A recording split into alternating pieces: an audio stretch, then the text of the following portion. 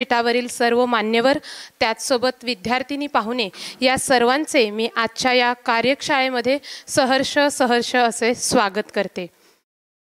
यानंतर आपल्या या आजच्या कार्यक्रमाचे कार्यशाळेचे प्रास्ताविकसाठी मी आपल्या मास कम्युनिकेशनचे समन्वयक डॉक्टर शिवाजी जाधव यांना विनंती करते की त्यांनी आपल्या या आजच्या कार्यशाळेचे प्रास्ताविक करावे।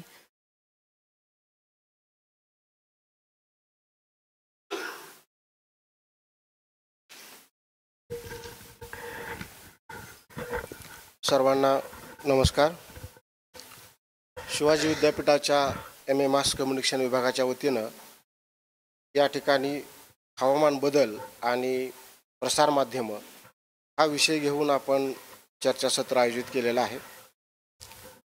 या कार्यक्रमासाठी शिवाजी विद्यापीठाचे सन्माननीय कुलगुरू प्राध्यापक डॉक्टर दिगंबर शिर्के सर अध्यक्षस्थानी उपस्थित झालेले आहेत, त्यांचं मी विभागाच्या वतीनं स्वागत करतो। त्यांच्यासोबतच पुण्यातून इंडियन एक्सप्रेसचे असिस्टंट एडिटर सन्माननीय पार्थसारथी बिस्वास सर या ठिकाणी आलेले आहेत, त्यांचंही मी विभागाच्या वतीनं स्वागत करतो। कार्यशाळा का घ्यावी अशी जेव्हा आमची विभागात सहकाऱ्यांसोबत चर्चा झाली तेव्हा त्याची एक 2-3 उद्दिष्ट होती। पहिलं म्हणजे हा तर अभ्यासक्रमाचा भाग आहेच, म्हणजे मास कम्युनिकेशनच्या आणि जर्नलिझमच्या अभ्यासक्रमामध्ये एन्व्हायरमेंटल कम्युनिकेशनचा पार्ट आहेच, पण त्याच्यासोबतच माध्यमांच्या भूमिकेच्या संदर्भामध्ये बरंचसं बोललं जातं आणि गेल्या काही वर्षामध्ये माध्यमांची भूमिका हा चर्चेच्या, विशेषतः माध्यम अभ्यासकांच्या चर्चेच्या केंद्रस्थानी असलेला विषय आहे। माध्यमाचा फोकस कुठे आहे आणि आपण नेमका तो फोकस कसा वळवायला पाहिजे। आता तर माध्यम खूपच सात्विक आणि आत्मिक वगैरे होऊ लागलेले आहेत। अशा काळामध्ये माध्यमांच्या समोर कोणते महत्त्वाचे मुद्दे आहेत, रिअल इश्यू कोणते आहेत, हे एकदा समोर यावेत आणि ते विद्यार्थ्यांना नीटपणे कळावेत। अन्यथा आताच्या अशा एका फिलगुड वातावरणामध्ये जगण्याचे प्रश्न बाजूला पडण्याचा धोका निर्माण होऊ शकेल आणि म्हणून आम्ही असं ठरवलं की अशा गंभीर विषयावर माध्यमातल्या लोकांनी येऊन त्याच्यावर चर्चा करावी, हा एक या कार्यशाळेचा महत्त्वाचा उद्देश होता। या कार्यशाळेच्या संदर्भामध्ये जेव्हा आम्ही चर्चा करत होतो तेव्हा असं वाटलं की MSW हा फील्डवर जाऊन काम करणारा कोर्स आहे, त्यातल्या काही विद्यार्थ्यांना सहभागी करून घेता येईल का, किंवा एन्व्हायरमेंट कम्युनिकेशन एन्व्हायरमेंट डिपार्टमेंट आहे आपल्याकडं, त्यांच्या काही विद्यार्थ्यांना घेता येईल का। तर त्या अनुषंगाने चर्चा झाली आणि त्यातली काही मुलं या ठिकाणी आलेली आहेत। तर या सर्व विद्यार्थ्यांचं आणि त्यांच्या विभाग प्रमुखांचं फक्त 5-1 मिनिटामध्ये, काही मुलं नवीन आहेत म्हणून या विभागाच्या संदर्भातल्या ज्या ॲक्टिव्हिटी झालेल्या आहेत त्या ॲक्टिव्हिटी विषयी थोडक्यात माहिती सांगायचा प्रयत्न करतो। आपल्या सगळ्यांना कल्पना आहे की ही इमारत पद्मश्री डॉक्टर गगो जाधव पत्रकारिता अध्यासनाची आहे आणि या ठिकाणी आता या घडीला 4 कोर्सेस वेगवेगळे चालतात। त्याच्यामध्ये MA मास कम्युनिकेशन हा फुल टाइम 2 वर्षाचा कोर्स आहे। त्याच्यासोबतच PG diploma in online journalism असा एक डिप्लोमा चालतो। त्याच्या जोडीला याच वर्षी आपण 2 शॉर्ट टर्म कोर्स सुरू केले, शॉर्ट फिल्म मेकिंग आणि डॉक्युमेंटरी फोटोग्राफी। यातल्या शॉर्ट फिल्म मेकिंग कोर्सचा आउटपुट तुम्हाला आता या ठिकाणी बघायला मिळेल, कारण याच बॅचच्या पहिल्याच बॅचच्या एका विद्यार्थ्यानं प्रेषित शहा आणि पार्षद शहा या दोघा बंधूंनी एक शॉर्ट फिल्म तयार केली आणि तिला नुकतंच गार्डन क्लबच्या वतीनं आयोजित शॉर्ट फिल्म स्पर्धेमध्ये 2रं पारितोषिक मिळालं। तर असा एक आउटपुट बेस्ड प्रोग्राम या ठिकाणी राबवलेला आहे। हे 3-4ही कोर्स अतिशय चांगल्या पद्धतीनं विशेषतः फील्डवरची जी लोक आहेत त्यांच्या माध्यमातून चालवला जातो। आता या ठिकाणी मोहसिन मुल्ला सर बसलेले आहेत, जे फील्डवर काम करतात तेच टीचिंग करतात। दयानंद लिपारे सर आहेत लोकसत्ताचे सिनियर प्रतिनिधी। जयसिंग चव्हाण सर पाठीमागे बसलेले आहेत, जे फोटोग्राफी शिकवतात।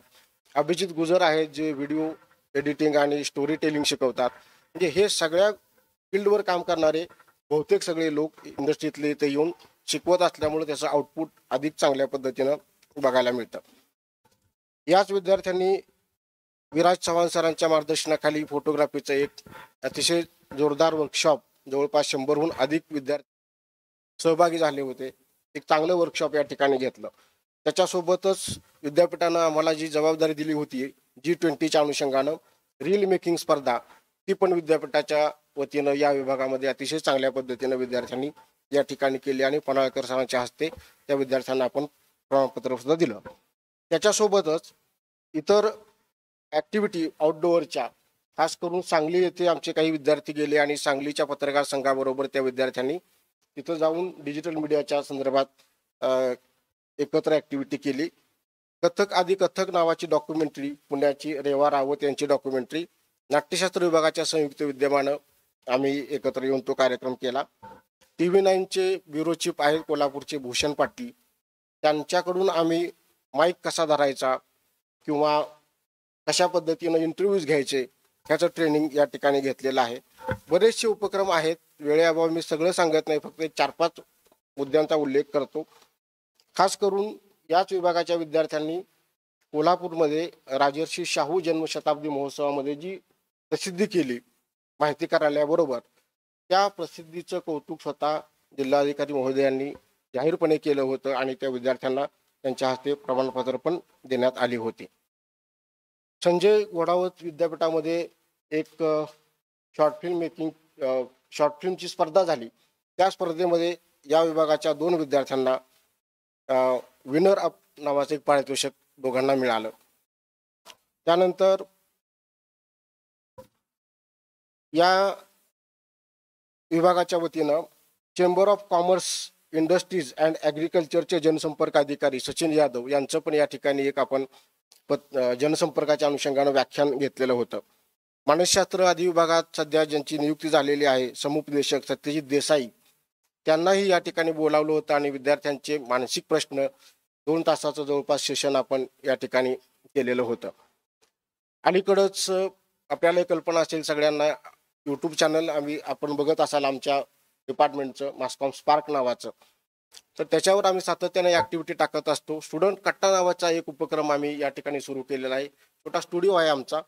त्या ठिकाणी स्टुडंट कट्टा नावाचा एक उपक्रम आहे, जिथं महत्त्वाच्या विषयावर त्या विषयातले तज्ज्ञ येऊन चर्चा करतात. अलीकडे 5 राज्याच्या निवडणुका झाल्यानंतर प्रकाश पवार सरांना आम्ही या ठिकाणी बोलावलं होतं आणि त्यांच्याकडून त्या निवडणुकीचं विश्लेषण समजून घेण्याचा प्रयत्न केला होता.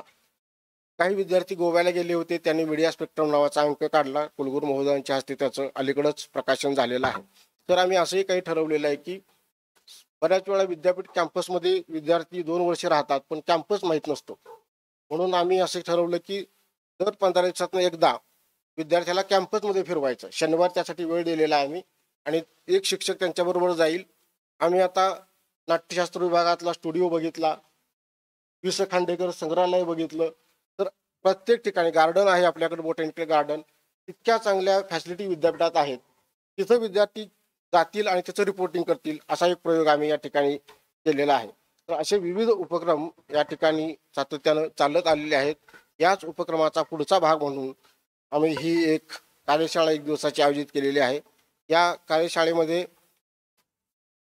इरा देऊळगावकर मॅडम येणार होत्या, मात्र त्यांची प्रकृती अचानक बिघडल्यामुळं त्या येऊ शकल्या नाहीत. मात्र पुढच्या काही दिवसामध्ये त्यांनी आपल्याला वचन दिलेलं आहे की त्या 2 दिवसासाठी येत आहेत आणि 2 दिवस त्यांचं आपण पुढं वर्कशॉप घेणार आहोत.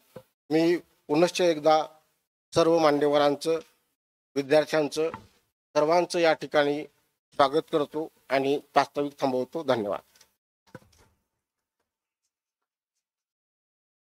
धन्यवाद सर. यानंतर आपल्या कार्यशाळेचे उद्घाटन आपण रोपट्याला पाणी घालून करतोय. तर सर्व मान्यवरांना मी विनंती करते की आपल्या कार्यशाळेचे उद्घाटन हे रोपट्याला पाणी घालून करावे.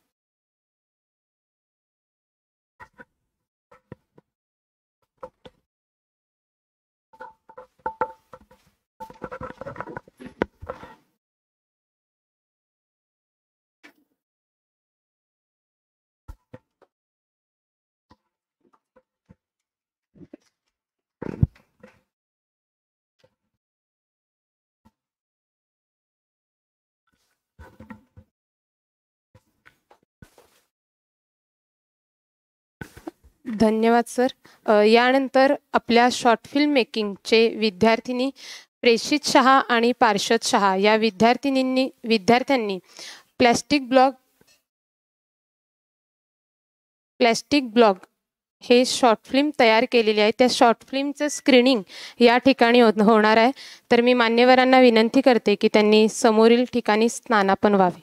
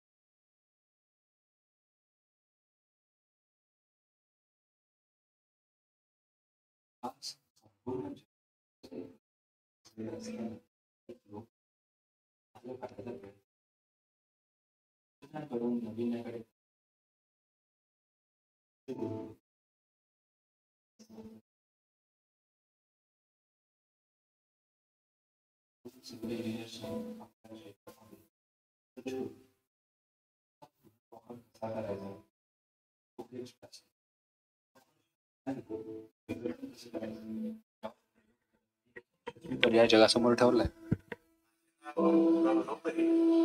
आणि माझ्या प्रोजेक्टचं नाव production of by using foundation. डिग्रीला एक आपल्याला प्रोजेक्ट करावा लागतो. त्या प्रोजेक्टच्या शोधात आम्हाला रस्त्यावरून जाताना प्लॅस्टिक पडलेले दिसायचे. मग ते प्लॅस्टिक लवकर डिकम्पोज होत नाही. मग त्यातून आम्ही असा विचार केला की त्यापासून काहीतरी आपल्याला बनवता आलं पाहिजे जे आपल्या सिव्हिल कन्स्ट्रक्शन मध्ये किंवा सिव्हिल इंजिनिअरिंगचा ते युजफुल असलं पाहिजे. मग आम्ही प्लॅस्टिक पासून पेव्हिंग ब्लॉक तयार करायचं विचार केला. त्यासाठी अनेक कोणतं तरी मटेरियल लागणार. त्यासाठी ते पण आम्ही फाउंड्री सँड वेस्ट मध्ये पडते. त्याचा पण युज होत नाही. पण ते आम्ही युज मध्ये घेतलं आणि फाउंड्री सँड आणि प्लॅस्टिक हे आम्ही एक मिश्रण त्यांचं करून त्यापासून आम्ही एक पेव्हिंग ब्लॉक युज केला. आमचा मेन मोटिव्ह हाच होता की प्लॅस्टिकचा रियूज रिसायकल झालं पाहिजे. त्यानंतर आम्ही त्यांची सगळी करायला चालू. फर्स्ट आम्ही पहिल्यांदा जिथे तिथे आम्ही प्लॅस्टिकची म्हणजे काही प्लॅस्टिक वगैरे त्या प्लॅस्टिक तिथंच पडायचं ते गोळा करायला चालू. त्यानंतर सँड पडत्या वाळू पडत्या ती पण आम्ही गोळा करायला चालू केला. ते जमत गेलेलं प्लॅस्टिक असते ते त्यांच्याकडून आम्ही असं प्रोजेक्ट लावा आहे असं सांगून त्यांच्याकडून ते पण प्लॅस्टिक आणि त्यातून त्यानंतर आम्ही मोल्ड तयार केलं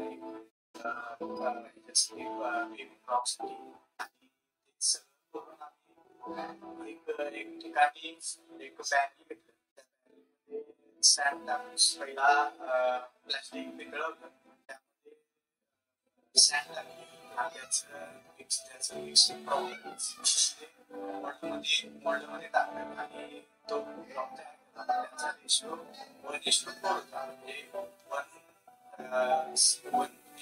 वन प्लॅस्टिक होतं आणि 4 सँड.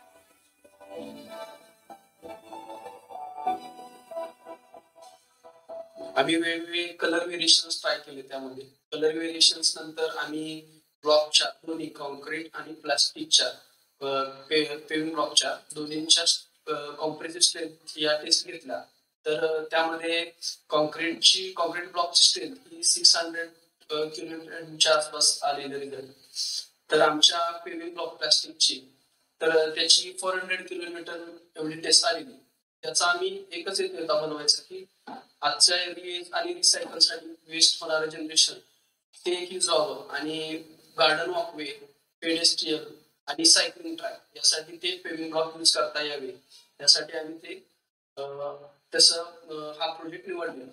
त्यानंतर आम्हाला हे पेविंग ब्लॉक बनवण्यासाठी तारा टाईल्स इंडस्ट्री जी आहे कोल्हापूरमधील गोकुळ शिरगाव त्यांनी पण आम्हाला मदत केली. त्यासाठी आम्हाला वेगवेगळे मोल्ड्स दिले त्यांनी त्यांच्या कंपनीमधले.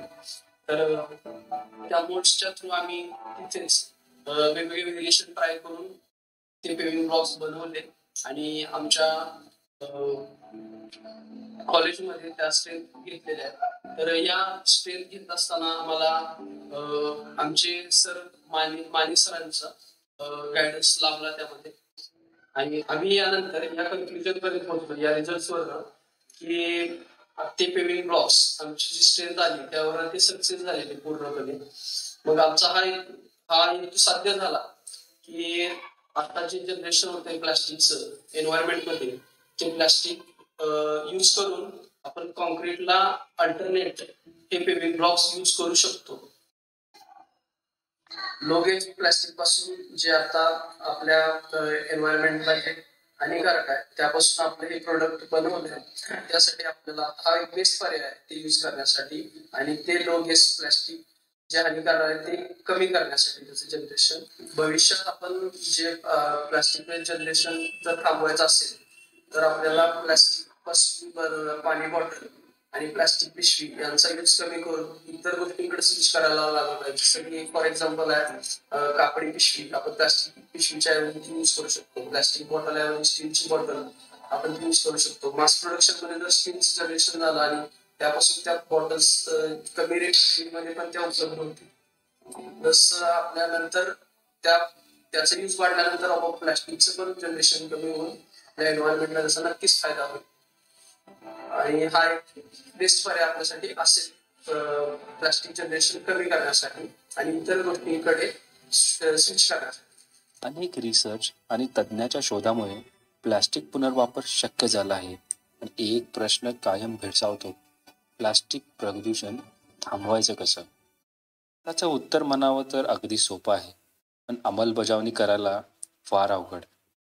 प्लास्टिकचा वापर थांबवणं आणि पर्यायी मार्ग अवलंबणं, पण आपण प्लास्टिक विश्वात इतके गुंतलोय की त्यातून बाहेर पडायला पहिलं पाऊल फार जिद्दीने आणि स्वतःच टाकावं लागणार आहे.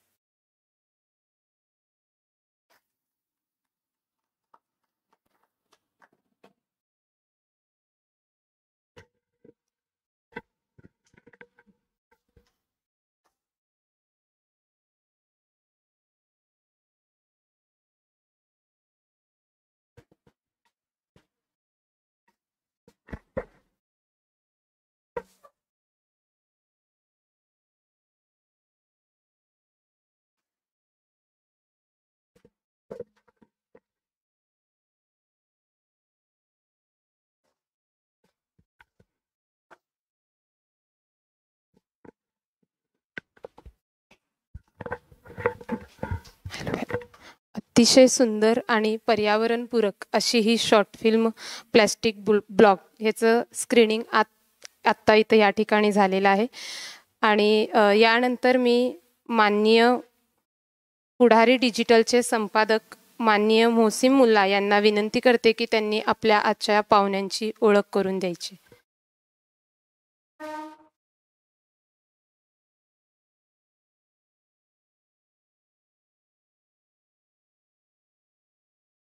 हवामान बदल आणि त्या बरोबरीनं येणारं जागतिक तापमान वाढ यांना स्टोरी ऑफ द सेंचुरी म्हटलं जातं. या शतकामध्ये यापेक्षा दुसरी मोठी बातमी असणार नाही. आम्ही जर्नलिझमच्या विद्यार्थ्यांना स्टुडंट आहेत त्या त्यांच्या दशेमध्येच त्यांना हा विषय कळावा, त्या संदर्भातले थोडे बारकावे समजावेत आणि त्याचं गांभीर्य किती आहे हे कळावं, यासाठी आपण ही 1 दिवसाची कार्यशाळा घेतलेली आहे. तर यासाठी आपण इंडियन एक्सप्रेसचे असिस्टंट एडिटर पुणे एडिशन मधील पार्थसारथी बिस्वास यांना बोलवलेलं आहे. पार्थ यांनी त्यांचं करिअर जे सुरू केलं ते 2008 मध्ये सुरू केलं, ब्युरो चीफ इंटेलिजंट पुणे म्हणून. त्यानंतर ते DNA मध्ये प्रिन्सिपल करस्पॉन्डंट होते.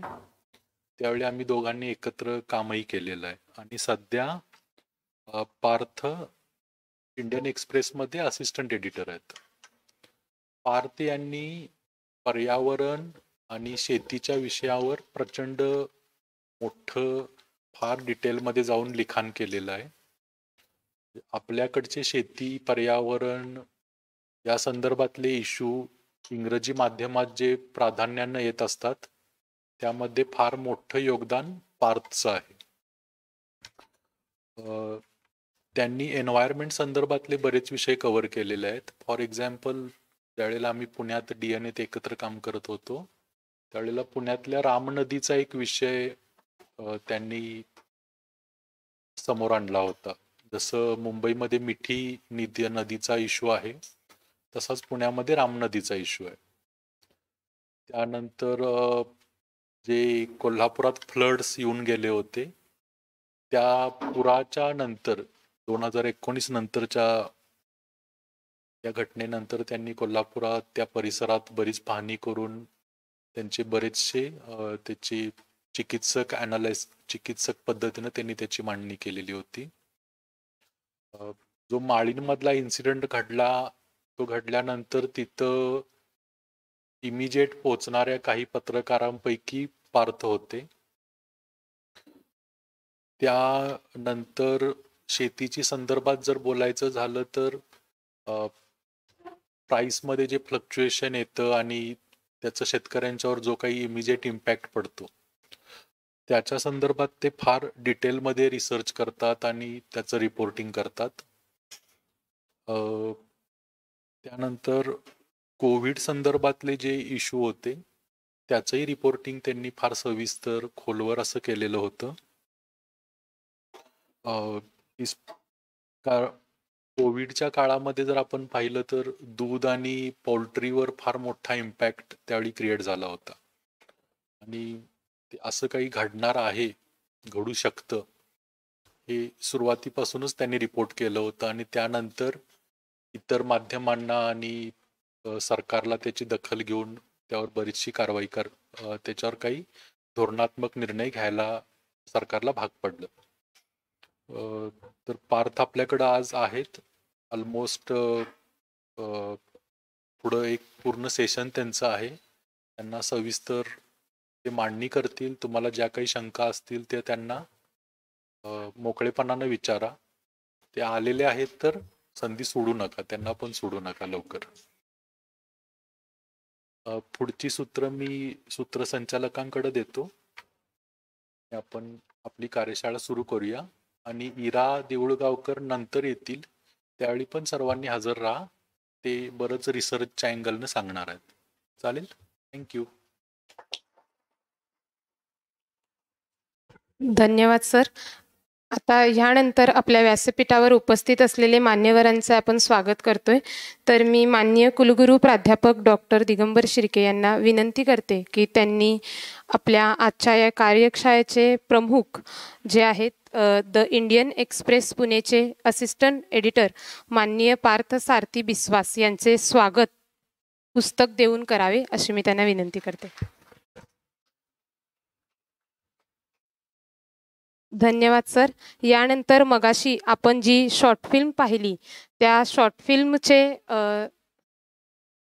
पार्षद शहा यांचे स्वागत सत्कार हे आपल्या शिवाजी विद्यापीठाचे कुलगुरू प्राध्यापक डॉक्टर दिगंबर शिर्के यांनी करावी अशी मी त्यांना विनंती करते.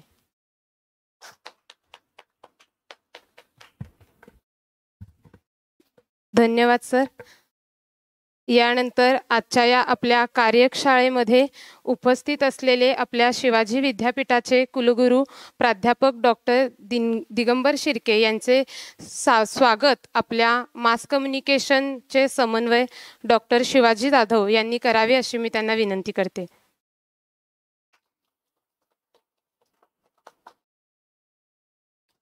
धन्यवाद. यानंतर आपल्या पुढील कार्यक्रमाकडे आपण वळूया. तर आपल्यांना जे आजच्या या कार्यशाळेमध्ये मार्गदर्शक म्हणून आपले जे पाहुणे लाभलेले आहेत त्यांना मी विनंती करते की त्यांनी आमच्या विद्यार्थ्यांना थोडंफार मार्गदर्शन करा. आपल्या द इंडियन एक्सप्रेसचे असिस्टंट एडिटर माननीय पार्थ सारथी बिस्वास यांना मी विनंती करते.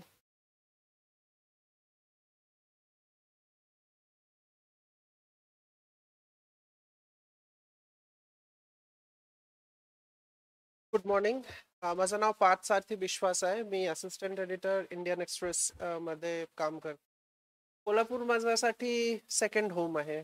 कोल्हापूर शहरात आता 2019 नंतर मी पहिल्यांदा आलो, पण कोल्हापूरमध्ये आता मी मोशीन सर आणि बरेच साहेब असं म्हणत होते की अराउंड 90% ऑफ द विलेजेस कोल्हापूरमध्ये मला ओळखीचे आहे. आणि विलेजेसमध्ये मला at least each village I know 5 people personally by name, आणि ते मला नावाशी ओळखते. कोल्हापूर सांगली या भागात त्याचे 2 कारण आहे. एक तर कोल्हापूरमध्ये तुमचा पाहुणाचार फार चांगला आहे म्हणून मला यायला आवडते, आणि secondly Kolhapur is a very interesting experiment, social experiment म्हणून कोल्हापूर फार इंटरेस्टिंग आहे. आज मला तुम्ही बोलवले आणि मोशीन सर ऑलमोस्ट माझं पूर्ण CV तुम्हाला सांगितले. मला माहित नाही CV मध्ये जेवढं लिहिते ते किती पत खरं असते आणि खोटं असते ते दुसरी बाब आहे. पण मोशीन सर आणि मी फार जुने मित्र आहे. मोशीन सर कोल्हापूरमध्ये होते तेव्हापासून आम्ही DNA मध्ये होते तेव्हा आमचे कोल्हापूर, सांगली, वेस्टर्न महाराष्ट्र ते कव्हर करत होते. आणि होपफुली हे कार्यक्रमसाठी ते तुम्ही मला जे बोलवले इट्स अ व्हेरी इंटरेस्टिंग कार्यक्रम. कारण मुळात मी ॲग्रिकल्चर जर्नलिस्ट आहे आणि सगळ्यात मोठं जे क्षेत्र आहे ज्याच्या क्लायमेट चेंजचे फटका बसणार आणि बसते ते ॲग्रिकल्चर आहे. त्याच्याकडे लोक लक्ष देत नाही, आणि मी माझं प्रेझेंटेशन मध्ये त्याच्याबद्दल अजून विस्तारित बोलू आणि तुम्ही सगळे ह्याच्याबद्दल रिलेट करू शकते, कारण कोल्हापूरचे मेन इंडस्ट्री ॲग्रिकल्चर आहे. सो थँक्यू मला बोलवल्याबद्दल. I am humbled and honoured and thank you. धन्यवाद सर. तुमची कोल्हापूर प्रति असलेली ओढ आम्हाला आवडली. त्यानंतर मी आपल्या आजच्या या कार्यशाळेचे अध्यक्ष माननीय डॉक्टर दिगंबर शिर्के यांना विनंती करते की त्यांनी आपले अध्यक्षीय मार्गदर्शन करावे.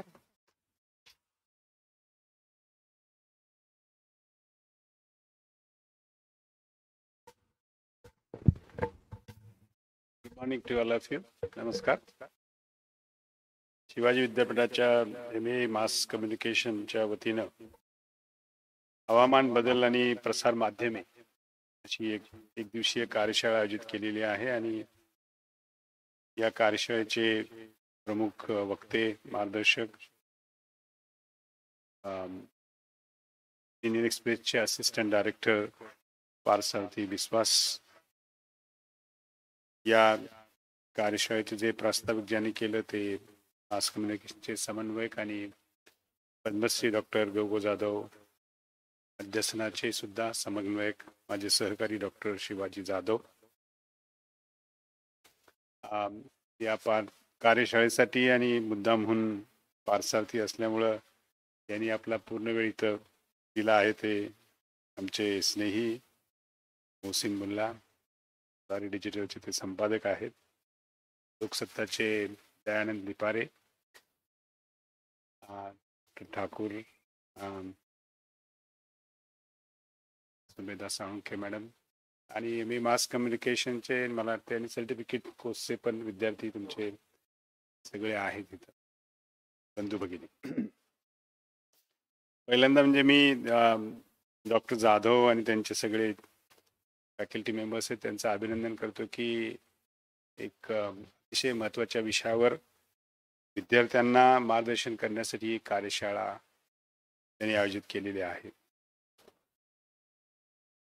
हवामान बदल सेंचुरी ह्या म्हणजे 21व्या शतकातली एक मोठी स्टोरी अशी म्हणून सुरुवातीपासून शेवटपर्यंत जाणार आहे असं दिसतंय एकंदरीत आजचं वातावरण पाहिलं तर. आणि मला वाटते गेल्या 3 वर्षापूर्वी ज्या वेळेला पहिल्यांदा पुराचा फटका बसला त्यावेळेला शिवाजी विद्यापीठाने एक काम केलं की त्यावेळेला कोविडचा पण प्रादुर्भाव झाला होता आणि आपण सगळे ऑनलाईनमध्ये होतो. तर असंच मी माझ्या सहकाऱ्यांच्या बरोबर एक ऑनलाईन बैठक घेतली आणि आम्ही असं ठरवलं की आपण आपल्या आपल्या डोमेनमध्ये खूप चांगलं काम करत असेल, ते कोण नॅनोमध्ये काम करते, कोण केमिस्ट्रीमध्ये करते, कोण जिओग्राफीमध्ये करते, परंतु असं एक क्षेत्र असं आहे की याच्यामध्ये पूर्ण वेळ कोणच काम करत नाही आणि ते अतिशय आवश्यक आहे, ते म्हणजे क्लायमेट चेंज. आणि त्यावेळेला आम्ही असं ठरवलं की आपण क्लायमेट चेंजचं एक सेंटर उभा करायचं आणि या सेंटरमध्ये कॅम्पसवरच्या आणि कॅम्पस बाहेरच्या सगळ्या लोकांना एकत्र आणून त्यांच्या त्यांच्या डोमेनचा आणि क्लायमेट चेंजचा कसा संबंध आहे त्याचा अभ्यास सुरू करायचा. आणि मग आम्ही ते centre for climate change and sustainable studies अशा प्रकारचं सेंटर आपण स्थापन केलं. ते फक्त स्थापन नाही केलं तर त्याच्या पद्धतीनं उपक्रम त्याचे चालू केले. पहिल्यांदा आपण काय केलं की जे देशभरातले मान्यवर आहेत ते क्लायमेट चेंजवर अभ्यास करणारे त्यांचे ऑनलाईन व्याख्यान ठेवले होते. त्याच्यामध्ये NJ पवार सुद्धा आपले माजी कुलगुरू हे होते, पुरंदरे पण आपल्या पाणी पुराच्यावर काम केलेलं आहे. ISC मधले एक कुलकर्णी आहेत ते पण त्याच्यावर क्लायमेट चेंजवर खूप चांगलं काम करतात. अशी महनीय व्यक्तींची व्याख्याने ठेवली. संशोधन प्रकल्प सुद्धा चालू केले. मला सांगायला आनंद वाटतोय की गेल्या 2 महिन्यामध्ये DSTनं त्या सेंटरला एक मोठा प्रोजेक्ट दिला आणि तो आपल्या लोकल फ्लड आणि लँडस्लायडिंग त्याचं मॉडेलिंग करायचा प्रकल्प दिला, ज्याचं समन्वयक म्हणून किंवा PI म्हणून डॉक्टर सचिन पनाळकर जे आहेत ते काम पाहतात. त्याचा अर्थ असा की पूर्वीच्या व्यवस्थेमध्ये शक्यतो असे विभाग नसायचे.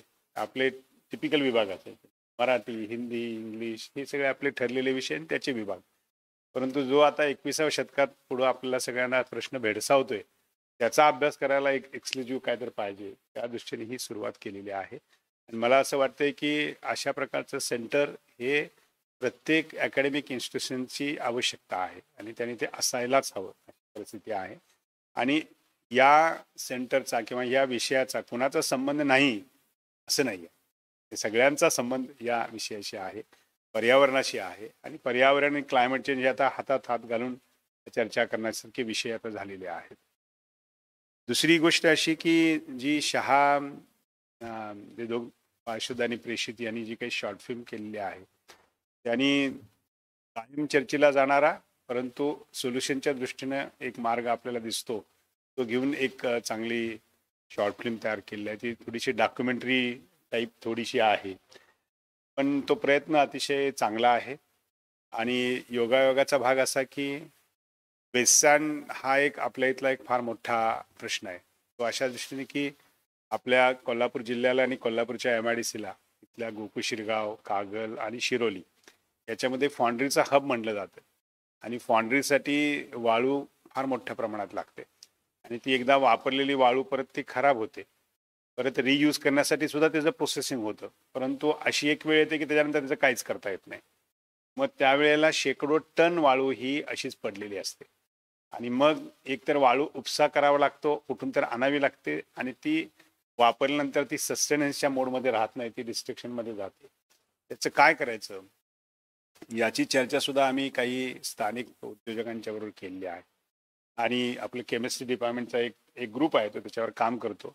त्याच्यामध्ये सिमेंट ब्लॉक जसे असतात तसे सँड ब्लॉक करता येतात का, काही लोकांनी ऑलरेडी याच्यामध्ये काही गोष्टी केलेल्या आहेत. परंतु एक गोष्ट मला चांगली अशी वाटली की 1:4 कॉम्बिनेशन केल्यानंतर एक चांगली स्ट्रेंथ त्याला मिळतं असे ते 2 विद्यार्थी सांगतायत सिव्हिल इंजिनिअरिंगची. मला वाटतं एक आशेचा किरण त्यात असा आहे की त्याचा रियूज अतिशय चांगल्या प्रमाणात होईल आणि अगदी ॲम्पल क्वांटिटीमध्ये ती वाळू आपल्याकडे उपलब्ध आहे आणि दुर्दैवाने ॲम्पल क्वांटिटीमध्ये लो ग्रेड प्लास्टिक सुद्धा उपलब्ध आहे. त्यामुळे या दोन्ही गोष्टी जर एकत्र आणून त्याला स्केलअप करायचा प्रयत्न केला तर बरं होईल. मला असं सुचवा असं वाटतंय की जे त्यांनी प्रायोगिक तत्वावर केलेलं आहे त्या दोघांना आपल्या सिव्हिलला किंवा आपल्या सेक्शन 8 कंपनीशी जोडलं जावं. आणि सेक्शन 8 कंपनीमध्ये डॉक्टर PD राऊत आहेत, ते सुद्धा पर्यावरण तज्ज्ञ आहेत पर्यावरण तज्ज्ञ म्हणजे ते विभाग प्रमुख म्हणून त्यांनी काम केलेलं आहे. तर ते पुढे घेऊन जाण्यासाठी काय करता येतं का? कारण त्याला थोडासा सायंटिफिक बेस आपल्याला लागणार आहे. आणि म्हणजे तो अशासाठी की त्याचं जर परत मेल्टिंग करायला आपण फ्युएल वापरत असू तर परत पर्यावरणाला थोडंसं ते म्हणजे अशा सगळ्या छोट्या छोट्या गोष्टी त्याच्यामध्ये आहेत. तर त्या सगळ्या गोष्टीचा अभ्यास करून आपण काहीतरी करायला पाहिजे. तिसरी गोष्ट अशी की कॅम्पसवर डॉक्टर सुधीर देसाई म्हणून आपल्याकडे एमटेक एनर्जीमध्ये काम करतात. त्यांनी DPCच्या माध्यमातून असे लो ग्रेड प्लास्टिक एकत्र करून त्याच्यापासून ऑइल तयार करायचा एक सेटअप तयार केला आणि तो बऱ्यापैकी त्यांना त्यात सक्सेस मिळालेला आहे. पण प्रश्न याच्यामध्ये असा उद्भवतो की याला दुसरं एक डायमेन्शन मोठं आहे की हे नेमकं प्लास्टिक लागणारं ज्याला रॉ मटेरियल ते कुठून आणायचं, म्हणजे ते मिळणार कुठं? कारण ते असं इथं तिथं रस्त्यावर किंवा पब्लिक प्लेसेसमध्ये पडलेलं असतं. कारण ते कलेक्ट करणं आणि त्याचा ट्रान्सपोर्ट करणं त्याचाही खर्च खूप असतो. तर त्याच्यातनं काही इनोव्हेशन काढता येते का बघायला पाहिजे. मला म्हणजे आय मे बी ते बघा माझं बरोबर आहे का त्याचं वाक्य, कारण चेन्नईमध्ये एक असाच इनोव्हेटर आहे आणि तो इंटरनॅशनल लेवलला गेलेला आहे आणि त्याचं एक इनोव्हेशन आहे, त्याचं स्टार्टअप आहे, त्याचं नाव कबाडीवाला कनेक्ट म्हणून आहे. बरोबर आहे, कबाडीवाला कनेक्ट. तर हे जे डिसेंट्रलाइज्ड परिस्थिती असताना सेंट्रलाइज्ड आणत असताना खूप सारा पैसा खर्च होतो, तर तो कशा पद्धतीने वाचवता येईल आणि असं एक मॉडेल त्याने केलेलं आहे की ते आज रोजी मला वाटते करोडोमध्ये त्या स्टार्टअपचा बिझनेस चाललाय. परंतु ह्या टिपिकली या गोष्टीशीच रिलेटेड आहे. म्हणजे प्लास्टिक एक रोजगाराची संधी असं बघायला सुद्धा चालू झालं आहे आता. परंतु ते चांगली गोष्ट आहे कारण त्या दृष्टीनं एकतर पर्यावरणाची हानी रोखता येईल आणि त्याचं एक चांगलं कन्व्हर्जन किंवा त्याचं पुढची प्रोसेसिंगला एक चांगला वाव देता येईल. तर तो हा भाग झाला त्या शॉर्ट फिल्मच्या दृष्टीनं. मला थांबवा, मी जरा जास्त बोललो जर, कारण अध्यक्षाने खूप बोलायला नसतं, उद्घाटन करायचं असतं, जायचं असतं, प्रमुख मार्गदर्शक असतं. दुसरी एक गोष्ट अशी आहे की मी सातत्यानं या गोष्टीवर जिथं जिथं मिळेल तिथं वाचत असतो. लोक पुस्तक वाचत असतात पण मी वर्तमानपत्र चांगलं अगदी बारकाईने वाचत असतो.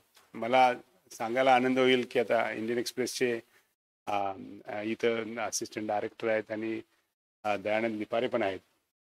मला पहिल्यांदा एक लेख जो पाहायला मिळाला लोकसत्तामध्ये तो पायंग जाधव म्हणून एक व्यक्ती आहे. ती पायंग जाधव मला विद्यार्थ्यांना आमच्या सगळ्या या तज्ज्ञ मंडळांना ती माहीत असणार आहे, पण ते मी तुमच्यासारखे कारण मी वाचून खूप दिवस झाले पण मला ते क्लिक झालं म्हणून मुद्दाम सांगतो. तर तो एक फॉरेस्ट मॅन म्हणून त्याचा गौरव केलेला आहे सेंट्रल गव्हर्नमेंटनं. त्याची परिस्थिती अशी होती की ब्रह्मपुत्रेमध्ये ज्या वेळेला तिथं आसाममध्ये पूर म्हणजे हे कॉमन गोष्ट आहे, दरवर्षी ते चालूच असतं. पण तो असाच आणि त्याचं मोठं पात्र आहे, त्याच्यातनं त्या आजूबाजूला तो राहत होता आणि ज्या वेळेला पूर यायचा आणि पुराने सगळी अशी हानी व्हायची आणि शेवटी पूर ओसरायचा त्यावेळेला तिथं प्राण्यांचे सापांचे असे सांगाडे पडले दिसायचे. त्याला ते खूप वाईट वाटायचं आणि त्याचं वय त्यावेळेला अगदी म्हणजे 17-18 वर्षाचा तो असेल. आणि मग तो तिथं जाऊन रडायचा म्हणजे आणि ते माझं काय होणार की आपण पण याच पद्धतीनं इथं असं पडले असणार, सडले जाणार, अशी मानसिकता त्याची झाली. आणि त्याच्यानंतर त्यानं असं ठरवलं की ह्याच्यावर काहीतरी उपाय पाहिजे. त्याने तज्ज्ञांशी बोलले. त्यावेळेला सरकारचं म्हणजे जंगल वाचवा किंवा जंगल तयार करण्यासाठी प्लांटेशन अशा प्रकारच्या गोष्टी पण तिथं घडायच्या, पण त्या इतक्या मोठ्या प्रमाणात घडायच्या नाहीत. त्यामुळे त्याला एक ताकद मिळायची नाही. मग मी थोडक्यात सांगतो हे सगळं. आणि मग त्याच्या डोक्यात एक असं आलं की आपण काय त्याच्यामध्ये करूया आणि ह्या एकट्यानं झाडं लावायला चालू केली आणि तो झाडं लावायचा आणि झाडं जगवायचा.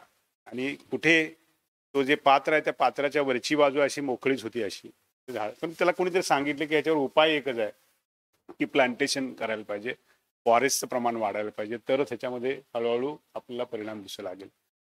आणि मग तो त्याच्यामध्ये इतका मग्न झाला आणि कित्येक वर्ष तो काम करायला लागला. दररोज झाडं लावायचा तो जाधव पायंग. आणि एक दिवस असं झालं की तिथं रिपोर्टरचा रोल येतो. एक रिपोर्टर त्या बाजूने चालला होता आणि त्याला असं चुकून तो गेल्यानंतर असं त्याला घनदाट जंगल दिसलं, म्हणजे ज्या ठिकाणी हे लोक जात नव्हते. आणि मग तो रिपोर्टर गळ्यात त्याच्या कॅमेरा होता आणि त्याला पायंग दिसला. आणि जो त्यावेळेला तो तिकडं ज्या जंगलात निघाला त्यावेळेला पायंगने त्याला विरोध केला, कारण त्याला असं वाटलं की तो शिकारी वगैरे असं काहीतरी असेल आणि तो इथल्या प्राण्यांची हत्या करेल. त्यानं त्याला समजावून सांगितलं आणि मग त्या पायंगचं जे कर्तृत्व होतं वर्षानुवर्षी केलेलं ते जगासमोर आणायचं काम त्या रिपोर्टरने केलं. हे मीडियाचा रोल इतका मोठा आहे. आणि नंतर अख्ख्या भारतानं पायंगला डोक्यावर घेतलं. जे मला असं वाटतं की त्याला सिव्हिलियन अवॉर्ड्स तर काही मिळाले असतील, अलीकडच्या काळात पद्मश्री वगैरे आले असेल. आणि मग त्याच्यावर डॉक्युमेंटरी पण आहे, ती पण तुम्ही जरूर बघा. आता पायंग खूप सुधारलाय, त्याचं घर पण त्या म्हणजे मी एक मध्येच बघितली त्याची डॉक्युमेंटरी, त्या अलीकडच्या काळातली. आणि तिथे ते डॉक्युमेंटरी पाहिल्यानंतर असं दिसलं की तो आता एक पब्लिक लाईफ जगतोय तो. परंतु त्याचं जे काय वृक्षावरचं इतका म्हणजे तुम्ही थक्क होऊन जाल, जेवढा पर्यावरण बदल त्या सगळ्या एका माणसानं घडवून आणला. म्हणजे या भारतामध्ये, जगामध्ये राहू दे, या भारतामध्ये जिथं पुरानं नुकसान होत होतं, तिथं येणं पर्यावरणमध्ये एकट्याने एवढा बदल केला की जो आज सुद्धा एखाद्या शासकीय संस्थेला सुद्धा तो करता येणे शक्य नाहीये. एक व्यक्ती तेवढं करू शकते. म्हणजे ही जाधव पायंगची कथा लोकसत्तामध्ये मी मागे एकदा वाचली होती. आणि त्या दिवशीपासून असं म्हटलं की असे विषय भरपूर आहेत, अशी लोक भरपूर आहेत. आणि मग योगायोगाने 2021 मध्ये सिद्धी महाराजांनी सिरीज एक चालू केली. आणि ती सिरीज आहे, त्या सिरीजचं नाव होतं की वसुंधरेच्या लेकी. जे आता वसुंधरेच्या लेकीची सुरुवात अर्थात रागावलेल्या मुली अशा टायटलनं ती सुरुवात झाली. आणि त्याच्यामध्ये ग्रेटा थनबर्गच्या पासून ते चालू झालं. मग ग्रेटा थनबर्ग पासून ते आपल्या भारतातल्या काही लेकी ज्या आहेत त्यांच्यांना, मग ती ऑस्ट्रेलियातल्या असेल, भारतातल्या असेल, केरळमधल्या असेल, त्या म्हणजे किशोरवयीन मुलींनी सुद्धा पर्यावरणासाठी खूप प्रचंड मोठं काम केलं. आणि ते प्रकाशात आणण्याचं काम या सिरीजने केलं. आणि ते करत असताना त्यांना कुठली गोष्ट खटकली, म्हणजे तिची ग्रॅव्हिटी काय होती, ती त्याचा ओरिजिन आहे सगळ्या गोष्टीचं. ते काय अचानक एक दिवस ठरवलं उद्यापासून पर्यावरणावर काम करू, ते असं झालेलं नाही आहे. ते दिवसेंदिवस ते असं मनावर असं बिंबलं गेलं की आपण आता आपलं भविष्य काही चांगलं नाही आहे, आणि हे भविष्य चांगलं नाही आहे, आणि याच्यामध्ये सरकार किंवा व्यवस्था उदासीन आहे. त्यांना हलवून सांगण्यासाठी, जागं करण्यासाठी या सगळ्या लेकींनी खरं म्हणजे खूप मोठी चळवळ उभा केली. ती आपल्या भारतीय स्तरावर, नॅशनल लेवलवर आणि इंटरनॅशनल लेवल पण ती चळवळ झाली. आणि मग त्याच्यातनं परत मीडियाने त्याला चांगलं एक्सपोजर दिलं आणि जनसामान्यापर्यंत या सगळ्या गोष्टी पोहोचवल्या. आणि त्याची ग्रॅव्हिटी काय आहे आणि आपण काय करू शकतो या सगळ्या पुढे आल्या. त्यामुळे मला ह्या निमित्तानं सांगायचं आहे की मीडियाचा रोल याच्यामध्ये फार क्रुशियल आहे. कारण काय घडतं ते आपल्याला अगदी 2 फुटावर 4 फुटाचं माहीत नसतं. आणि एकंदरीत या सगळ्या डोमेनचा किंवा पर्यावरणाचा बदलाचा जो दुष्परिणाम होतो तो किती मोठ्या प्रमाणात होतो, त्याचा दूरगामी किती विचित्र आणि भयानक परिणाम असणार आहेत, हे जर लोकांच्या समोर आणायचं असेल तर हे मीडियाच करू शकतं. त्यामुळं सगळ्यात मोठा रोल म्हणते, एक संशोधक असतो, तो संशोधक काय करतो, आपलं संशोधन करतो, तो पेपर लिहितो, पुस्तक लिहितो आणि ते छापतो. आणि मग त्याला 1 वर्ष 2 वर्ष लाईफ असताना ते थांबतं. पण अशा ज्या चळवळी असतात ह्या वर्षानुवर्षे चालत असतात आणि लोक त्याच्या बाबतीत फार सतर्क असतात. त्यामुळे मीडियाचा रोल या पर्यावरणाच्या बाबतीने फार अतिशय महत्त्वाचा आहे. या दोन्ही गोष्टी एकत्र केल्या तर तुमच्या असं लक्षात येईल की जी आत्ताची शिकणारी पिढी आहे, मग ते स्कूल लेवलपासून ते महाविद्यालय, यांना हे जास्त अवगत करणं जरुरीचं आहे. त्याचं कारण असं की ज्यांचं वय आता 50 आणि 60च्या पुढे गेलेलं आहे त्यांचं रेसिड्युअल लाईफ हे थोडं आहे. पण ज्यांना अख्खं 60 वर्षे रेसिड्युअल लाईफ आहे त्यांना पुढं पर्यावरण काय त्रास देणार आहे त्यांना त्याची चिंता आहे. कारण ते सगळे भोग त्यांच्या वाट्याला येणार आहेत. त्यामुळे त्यांना अतिशय कमीत कमी वयात सांगायला पाहिजे. आणि आपल्याला माहिती आहे हे का सांगणं जरुरी आहे, त्याला आपण ज्ञान म्हणत नाही, पण एक लाईफस्टाईल बदलायला पाहिजे. जी लाईफस्टाईल अशी असायला पाहिजे की माझी प्रत्येक गोष्ट, माझी प्रत्येक ॲक्शन मी करतो ती पर्यावरणपूरक आहे का पर्यावरणाला हानी करणारी आहे. आणि बऱ्याच अननोईंगली पर्यावरणाला हानी करणाऱ्या गोष्टी आपण करत असतो ज्या आपल्याला माहीत नसतात. आणि ही एक व्यक्ती करत नसतो, आपल्याकडे पॉप्युलेशन कोटीत आहे, कोटी लोक करत असतात. असे त्या एका गोष्टीला जर आपण पायबंद घालायचा प्रयत्न केला, उदाहरणार्थ पाण्याची बाटली न ठेवता तांब्याचा ग्लास ठेवायचा, मग आपण कायम प्रवासामध्ये आपल्याला ती आपली स्टीलची बॉटलच घ्यायला पाहिजे, प्लास्टिकची बॉटल घ्या नसायला पाहिजे. हे जर लहान मुलांना अगोदर सांगितलं तर ते आपल्या मित्रांना सांगतील आणि ते आपल्या आयुष्यात वापरतात. कारण हे फक्त प्लास्टिक वापरायचं नाही, प्लास्टिकच्या आरोग्यावर होणारे दुष्परिणाम ते पाणी पिला काय होतात हे पण आपल्याला सांगायचं आहे. म्हणजे ही वाटणारी अतिशय छोटी गोष्ट आहे. म्हणजे परवा मी कुणीतरी ते कॅप्चर केलं. मी परवा एका महाविद्यालयात असंच व्याख्यानाला गेलो होतो आणि आम्ही व्याख्यानाच्या अगोदर असे बसलो होतो. मग आल्यानंतर आम्ही पाहुणे आल्यानंतर एक 10 बाटल्या तिथं आणून ठेवल्या पाण्याच्या, ह्याला अशा ठेवल्या. मग मी थोडा वेळ बसलो, मला म्हणलं सर पाणी आहे की, मी त्या शिपायाला बोललो तू कुठलं पाणी पितो, तर म्हणला आमच्याकडे डिस्पेन्सर आहे. मग त्यातनं घेऊन ये ना ग्लासभर, कशाला ठेवतो या सगळ्या बाटल्या. म्हणजे आपण प्रत्येकानं बारकावा करायला पाहिजे की जे जिथं शक्य आहे तिथं टाळायचं. आता तुमचा घसा कोरडा पडलाय, तुम्हाला पर्यायच नाही आणि तेवढा एकच सोर्स आहे, त्यावेळेला ठीक आहे. पण त्याच्या अगोदर ती पण आपण चिंता करायला पाहिजे की असं झाल्यानंतर काय करायला, आपली बाटली बरोबर घेऊन जायला पाहिजे. म्हणजे या बारीक सारी गोष्टी आहेत ह्या म्हणजे कमी वयात किशोरवयीन म्हणजे काळातच जर आपण त्या बिंबवल्या तर फार मोठी एक गोष्ट होऊ शकते. म्हणजे या सगळ्या गोष्टी मला वाटते माध्यमांच्या द्वारे आणि आपल्या सगळ्या सिस्टमच्या द्वारे अशा छोट्या छोट्या शॉर्ट फिल्मच्या द्वारे. कारण आता हल्ली रील्सचं जे म्हणजे युग आहे, कुणाला असं तासभर बघायला ऐकायला आवडत नाही. असं काय तर 30 सेकंद 60 सेकंद 1.5 मिनिटात कमीत कमी वेळात जास्तीत जास्त मेसेज चांगला कसा जाईल याची जबाबदारी या पिढीची आहे आणि ती माध्यमांची आहे. आणि मला वाटते मास कम्युनिकेशन आणि डिजिटल मीडिया फार चांगल्या पद्धतीने डॉक्टर जाधव पुढे घेऊन निघालेले आहे. पर्यावरण फोकस करून न संपणारा टॉपिक, जोपर्यंत व्हिजिबल चेंज दिसत नाही तोपर्यंत काम करायला लागणार आहे. ते या सुदैवानं या क्षेत्रामध्ये आता अतुल देऊळगावकर असतील किंवा आता नंतर येणाऱ्या त्या हिरा देऊळगावकर असतील, यांचं काम तर आघातच आहे. त्यांनी जर त्यांच्या शब्दात सांगायचं झालं तर परवा आम्ही रिंगणवर ज्यावेळेला कार्यक्रम घेतला होता, कृष्णात खोतांनी, माहित आहे ना आपल्याला, म्हणा माहित आहे कृष्णात खोतांनी रिंगण लिहिले आणि त्यांना साहित्य अकादमीचं अवॉर्ड मिळालं, पुरस्कार मिळाला. तर ती कादंबरी, ती कथा काय आहे, ती कादंबरी काय आहे, ह्या सगळ्या गोष्टी त्याला जोडलेल्या आहेत. म्हणजे ते मी ते समूह वाचन करायला पाहिजे इतकी कादंबरी आहे. दुसरे 10 मिनिटं दररोज वाचायचं आणि त्यातनं पर्यावरणाशी निगडीत काय ते घ्यायचं. म्हणजे त्याला खूप डायमेन्शन मोठी आहेत, पण ती पाहिजे. तर त्याच्यामध्ये अतुल देऊळकरांना त्यांना येता आलं नाही म्हणून त्यांनी एक 5-7 मिनिटाचं आपली क्लिप करून पाठवून ती आम्ही ती परवा ती स्क्रीन केली. तर त्यामुळे हे सगळं चाललंय ते आत्मघातकी चाललेलं आहे. म्हणजे आपण स्वतःचा नाश स्वतः करून घेतो, आपण दुसऱ्याला दोष देण्यात काय अर्थ नाही. आणि त्याला प्रत्येक जण कारणीभूत असतो. म्हणजे काहीतर पर्यावरणाचं असेल तर दुसऱ्याला दोष द्यायचे दिवस गेले. आपण स्वतः त्यात 100% बरोबर आहे का हे बघावं आणि मग दुसऱ्याकडे बोट दाखवावं. म्हणजे या पर्यावरण हानीवर जर मात करायची असेल तर ती स्वतःपासून सुरुवात करायला पाहिजे. आणि स्वतःपासून सुरुवात केली तर त्याचं डिटेल नॉलेज पाहिजे. त्याच्याबद्दल काय चांगले डूज आणि डोंट डूज जे काय आहेत त्या सगळ्या गोष्टींची माहिती पाहिजे. आणि मला ते मीडिया एक असे माध्यम आहे किंवा मीडिया, मग ते प्रिंट मीडिया असू दे, डिजिटल मीडिया असू दे, मीडिया असू दे किंवा सोशल मीडिया असू दे, कुठले जे मीडिया असतील त्यामधून ह्या सगळ्या माहितीचा प्रचार आणि प्रसार होणं अतिशय जरुरीचं आहे.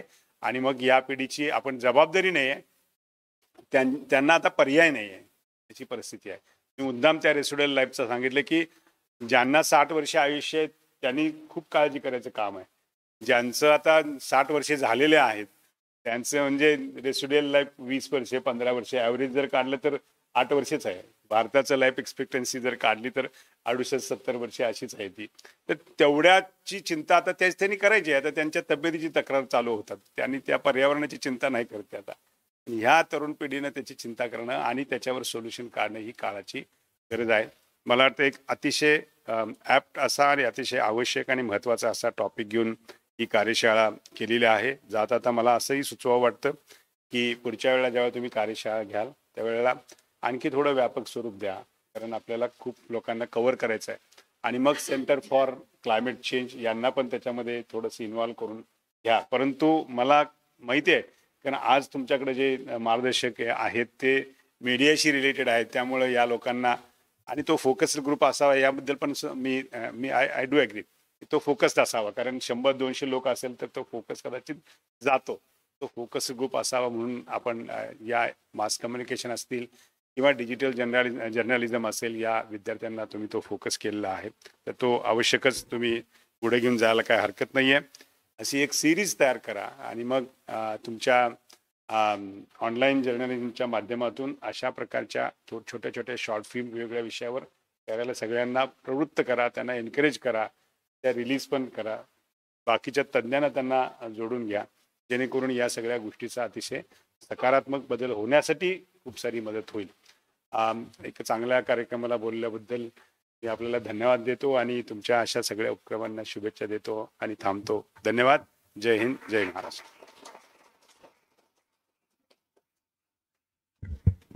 पर्यावरणाच्या दृष्टिकोनातून मीडियाची काय भूमिका असली पाहिजे, त्याचप्रमाणे आपल्या दैनंदिन जीवनामध्ये आपण कशा पद्धतीनं पर्यावरणपूरक असली आपली भूमिका निभावू शकतो. आणि सरांच्या मार्गदर्शनातून मनोगतातून आपल्याला एवढं कळते की सरांचं जे पर्यावरणावर प्रेम आहे ते आपल्याला दिसून येतं. तर धन्यवाद सर. त्यानंतर मी सूरज कांबळे यांना विनंती करते की त्यांनी आपल्या आजच्या कार्यशाळेचे आभार मानावे.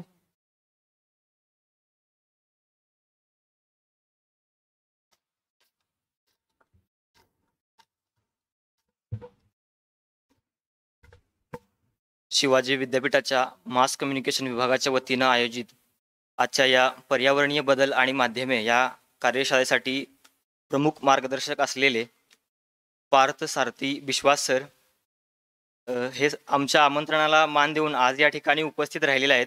त्याबद्दल मी सरांचे मनापासून आभार मानतो. या कार्यशाळेचे उद्घाटन ज्यांच्या हस्ते झाले ते शिवाजी विद्यापीठाचे कुलगुरू आदरणीय प्राध्यापक डॉक्टर DT शिर्के सर. सरांनी त्यांचा मोलाचा वेळ आम्हाला आज आमच्या या कार्यशाळेसाठी दिला, त्याबद्दल मी सरांचं मनापासून आभार मानतो. त्याचबरोबर ज्यांच्या संकल्पनेतून आजची ही कार्यशाळा या ठिकाणी आयोजित करण्यात आली आहे ते मास कम्युनिकेशन विभागाचे समन्वयक डॉक्टर शिवाजी जाधव सर यांचंही मी खूप खूप आभार मानतो. या ठिकाणी उपस्थित पुढारीचे डिजिटल विभागाचे प्रमुख मोहसिन मुल्ला, फोटोग्राफी कोर्सचे शिक्षक जयसिंग चव्हाण, अभिजित गुर्जर, दैनिक लोकसत्ताचे वरिष्ठ पत्रकार दयानंद अलिपारे सर, तसंच विभागातील प्राध्यापक doctor Prasad Thakur sir, doctor Sumedha Salunke madam आणि उपस्थित सर्वच या ठिकाणी जे विद्यार्थी तसंच उपस्थित सर्वांचंच मी या ठिकाणी मनापासून आभार मानतो. आणि अध्यक्षांच्या परवानगीनं या कार्यशाळेतील हे पहिले सत्र या ठिकाणी संपन्न झाले आहे असं मी जाहीर करतो. धन्यवाद.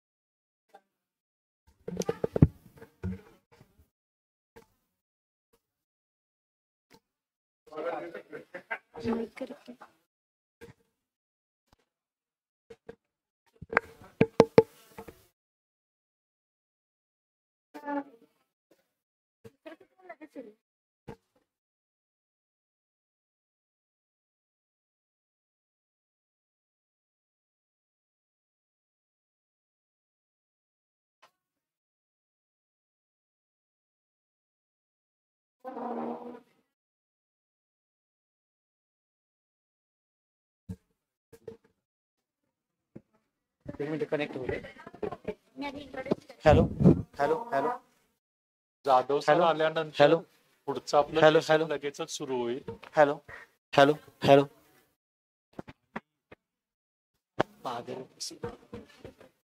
सुरू आहे ना. स्पेशली तुम्हाला ज्या काही शंका असतील, तुम्हाला ज्या ज्या काही शंका येतील त्या सगळ्या पार्थ सरांना विचारा, शंकांचं पूर्ण निरसन करा. ते बराच वेळ आपल्या सोबत आहेत.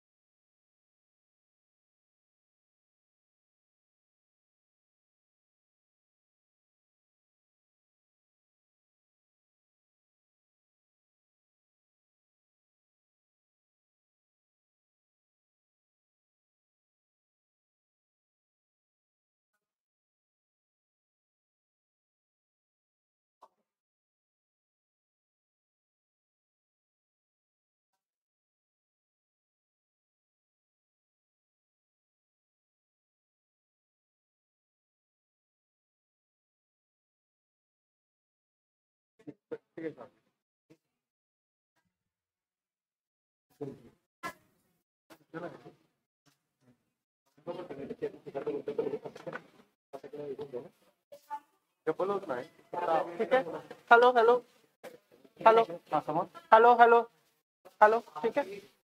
Climate change and me copy.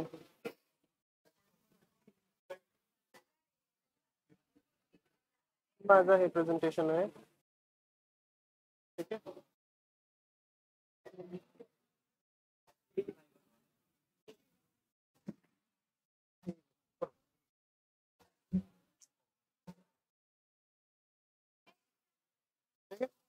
Okay.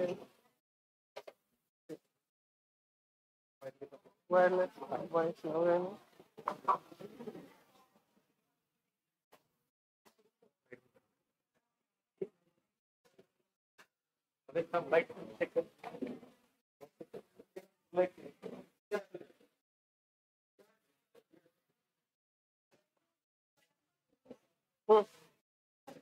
नाही चहा वगैरे नाही तर झालं. केवढे चहा नाही. चाकू चहा फाईन गुड नो इश्यूज. हे नको मला. तुम्ही घ्या. चहा एवढं घेत नाही.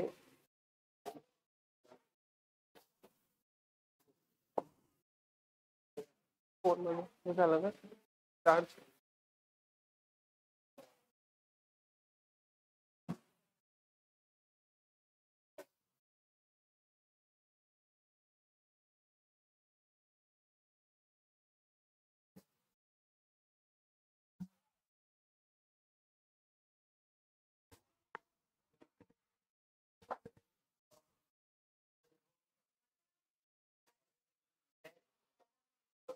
कुठला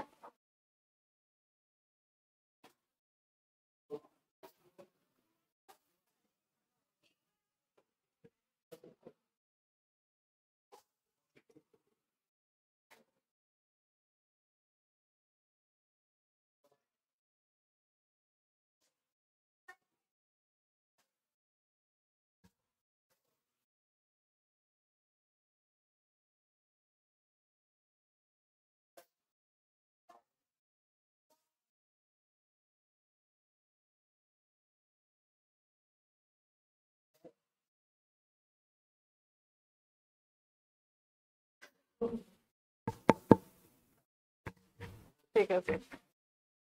झाल्यानंतर फोन करतो. नाही ना जरासं इंटरप्ट करतो. ज्या स्थानिक घटना असतात, ज्या लोकल घटना असतात, फॉर एक्झाम्पल समजा कोल्हापुरात मोठा पूर आला तर ते क्लायमेट चेंजशी संबंधित आहे का, ते जागतिक तापमान वाढीचा त्यात काही रोल आहे का, असे जे डॉट्स कनेक्ट करायचे असतात ना ते कसे केले जातात ते सरांच्याकडनं नीट समजून घ्या. कारण अशा घटना या सतत होत राहतील. फॉर एक्झाम्पल गेल्या वर्षी सुरुवातीला पाऊस अजिबातच पडला नाही. आत्ताही दुष्काळाची स्थिती बऱ्याचशा एरियामध्ये आहे. आणि सडनली मला वाटतं काहीतरी डिसेंबर का त्याच्या आधीमध्ये अवकाळी पावसामुळे मोठं नुकसानही झालेलं. आपण स्थानिक रिपोर्टिंग करत असताना आपण त्या घटनेपुरतं रिपोर्टिंग करतो आणि बातमी संपून रिकाम होतो. त्याच्या अजून पुढं कसं गेलं पाहिजे, अजून त्याचं रिपोर्टिंग नीट कसं केलं पाहिजे हे पार्थ सरांच्याकडून नीट सगळं व्यवस्थित डिटेलमध्ये समजून घ्या.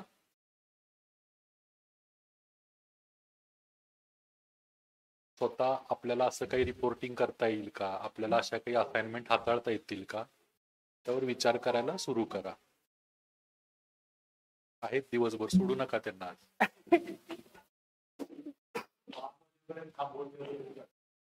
माझं काय काम नाही. मी आलो तुमच्याशी बोलायचं बस.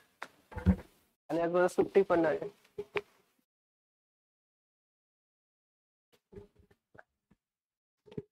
नमस्कार. आजच्या कार्यशाळेच्या दुसऱ्या सत्रामध्ये तुम्हा सर्वांचं मी स्वागत करते.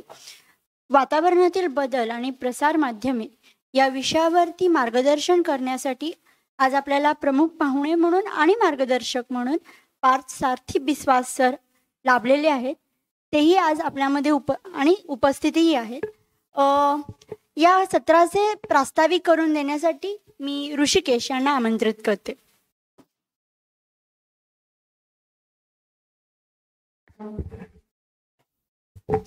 शिवाजी विद्यापीठ कोल्हापूर अंतर्गत मास कम्युनिकेशन विभागामध्ये हवामान बदल आणि मास मीडिया या विषयावर एक दिवसीय कार्यशाळा आयोजित करण्यात आली आहे. या कार्यशाळेमध्ये मार्गदर्शक करण्यासाठी माननीय Parth Sarathi Biswas, assistant editor the Indian Express Pune आज उपस्थित आहेत. सरांना मी विनंती करीन की त्यांनी आपल्या मार्गदर्शनास सुरुवात करा.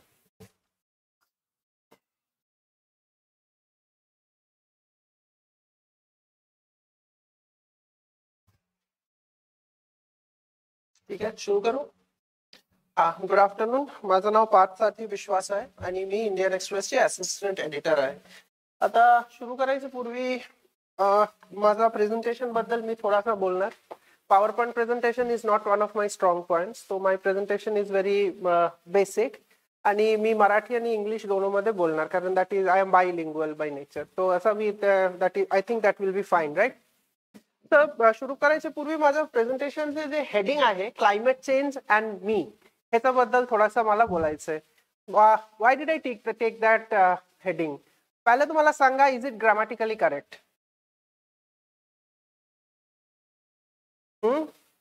काय तर काय व्हायला पाहिजे? क्लायमेट चेंज नाही का? हा, ग्रामॅटिकली, पण ग्रामरचे कुठला हे याच्याबद्दल आहे बघा. आम्ही मासकॉमचे आम्ही स्टुडंट्स आहे.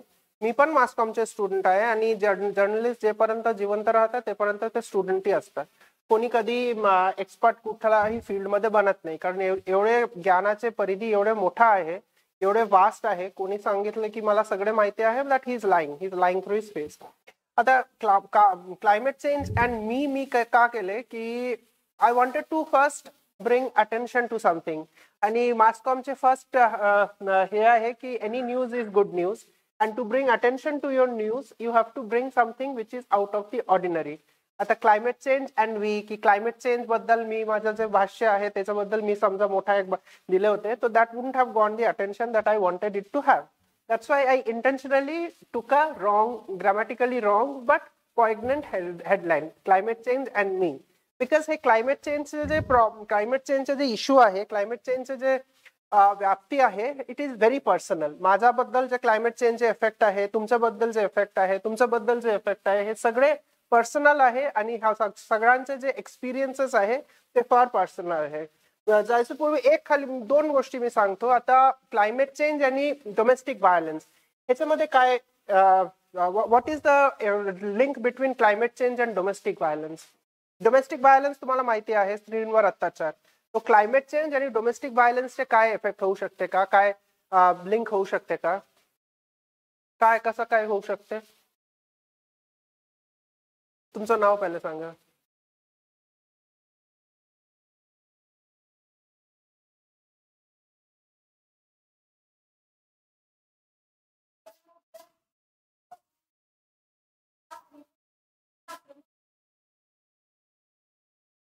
हा, that is right. Climate change आणि डोमेस्टिक व्हायलन्सचे जे इफेक्ट आहे ह्याच्याबद्दल एक फार चांगला स्टडी टिसने केले होते. TISS is Tata Institute of Social Sciences. त्यांच्यामध्ये असं दिसलंय की क्लायमेट चेंजचे इफेक्ट कसा होते ह्याच्यामध्ये इनडायरेक्ट इफेक्ट आहे. इनडायरेक्ट इफेक्ट कसा आहे, क्लायमेट चेंजचे जे इफेक्ट होते that is loss of livelihood. एकदा तुमचा लाईव्हलीहूड गेला, तो जे कर्ता व्यक्ती असतात, कर्ता व्यक्ती is a very sexist term, but जे ब्रेड अर्नर असते which will be mostly the male of the family आणि especially in lower and vulnerable economic classes, त्यांच्यामध्ये they become addicted to alcohol आणि अदर थिंग्स. आणि त्याच्याबद्दल that effects in the domestic violence because they feel that त्याच्यासाठी भडास काढण्यासाठी की त्यांच्या फ्रस्ट्रेशन काढण्यासाठी त्याच्या बायको is the best method. Climate change आणि डोमेस्टिक व्हायलन्सचे जे इफेक्ट आहे तेच हे स्टडीसाठी एक स्टडी केले होते in vulnerable communities in and around Mumbai. आणि तिथे त्यांना असं दिसले की जिथे जिथे क्लायमेट चेंजचे इफेक्ट आला तिथे लॉस ऑफ लाईव्हलीहूड झाला आणि तिथे असा हे इफेक्ट डिरेक्टली आला. क्लायमेट चेंज आणि क्लायमेट चेंजचे सब्जेक्ट आहे ते सब्जेक्ट फार वास्ट आहे. Climate change is the story of the century. Last year आम्ही सांगितलं it was the hottest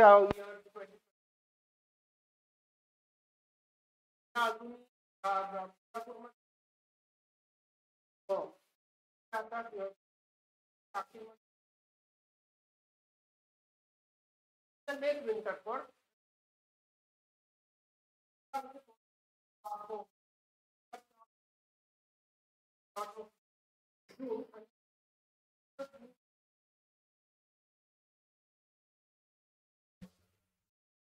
July was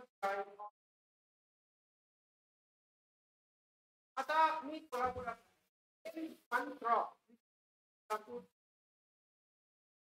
कोल्हापुरात सगळ्यात मोठा क्रॉप कुठला आहे? कोल्हापूरमध्ये काय आहे?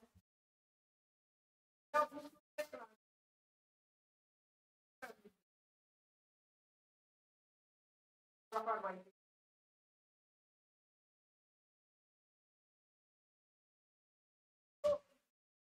हंगाम केव्हा सुरू झाला?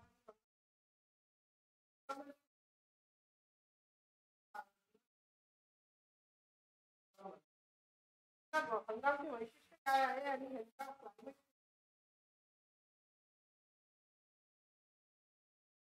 कोल्हापुरात हार्ट ऑफ द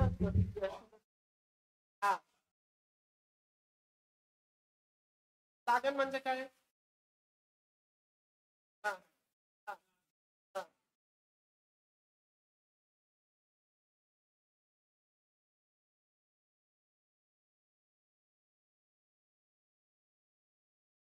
मला खाली कोल्हापूर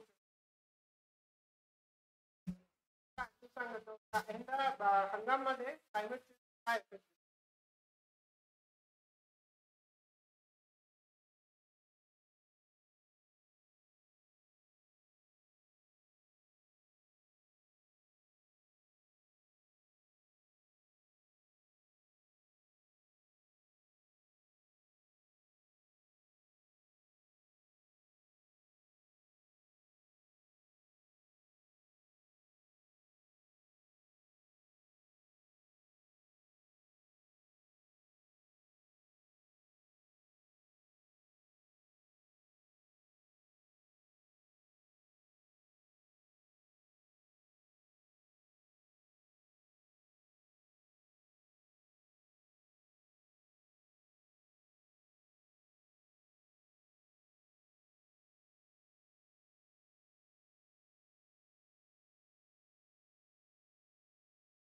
दोन हे आहे.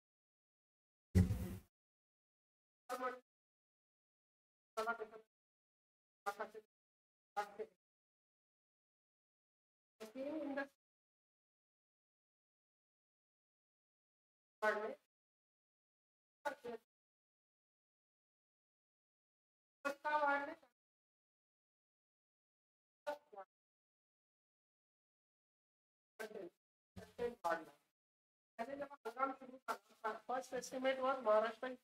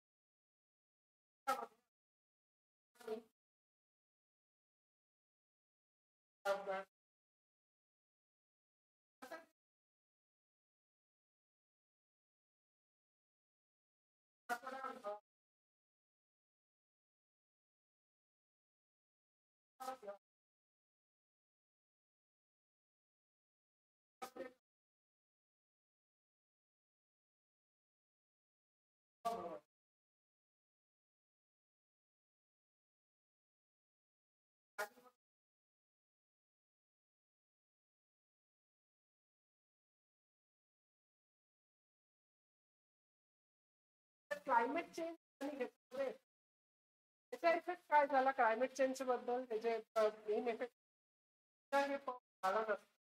सरकार जे आराखडा केले होते त्याचा प्रॅक्टिकल पण नाव होतं पण तर साखरचे साखरचे भाव जास्ती असते आणि जे पट्टा आहे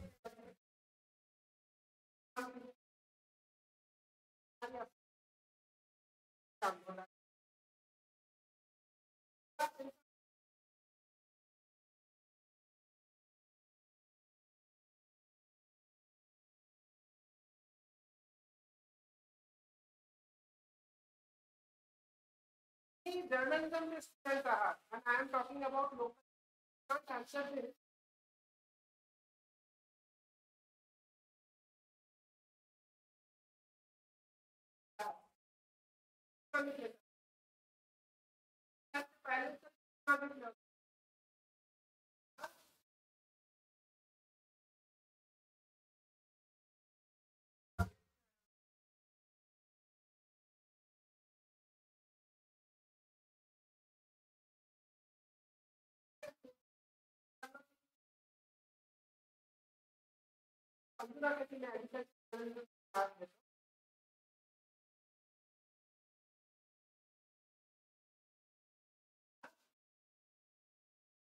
plus 400 पहला उत्तर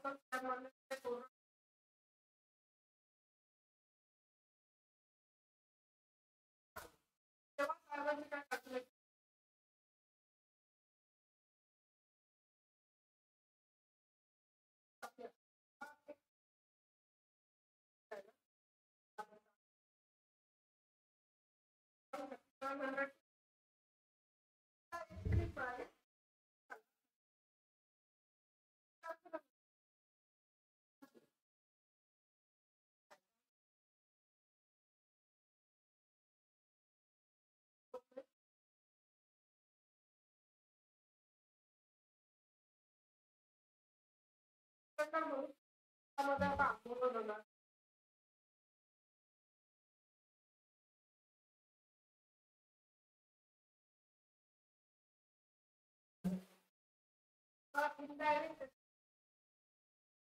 report about climate change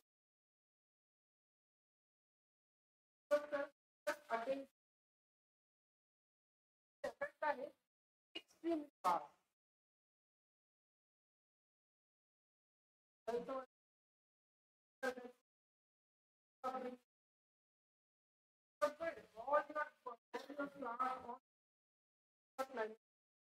म्हणून my subject is climate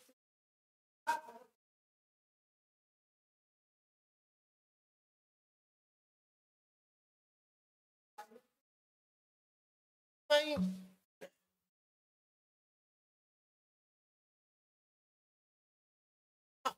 Why should I report on climate change?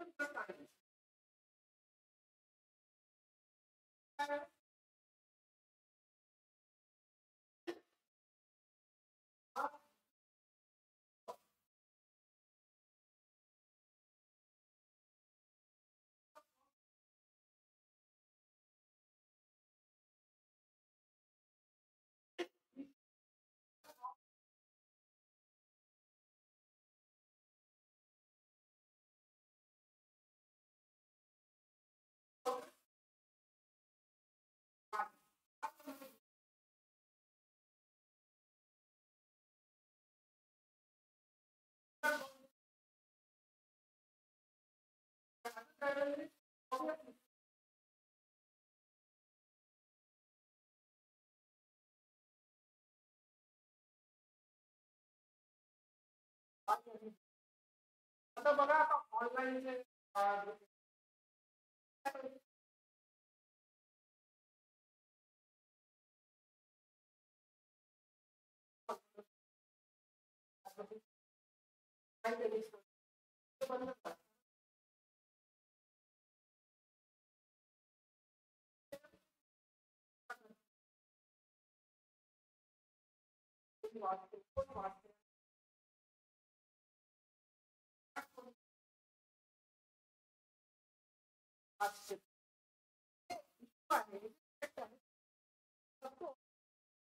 always start with why am I doing.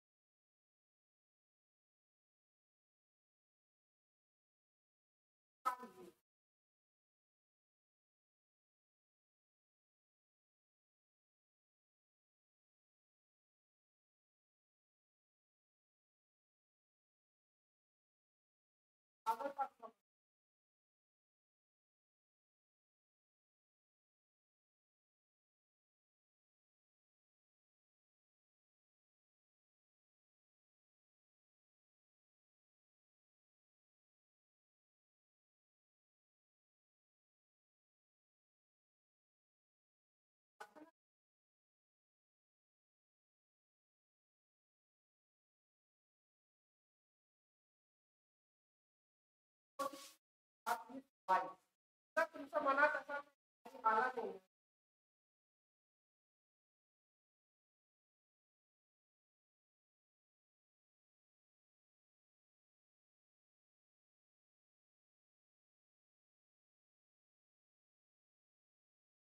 Why is the important climate change? This is as real as it can get. An issue which cannot be neglected, hot topic.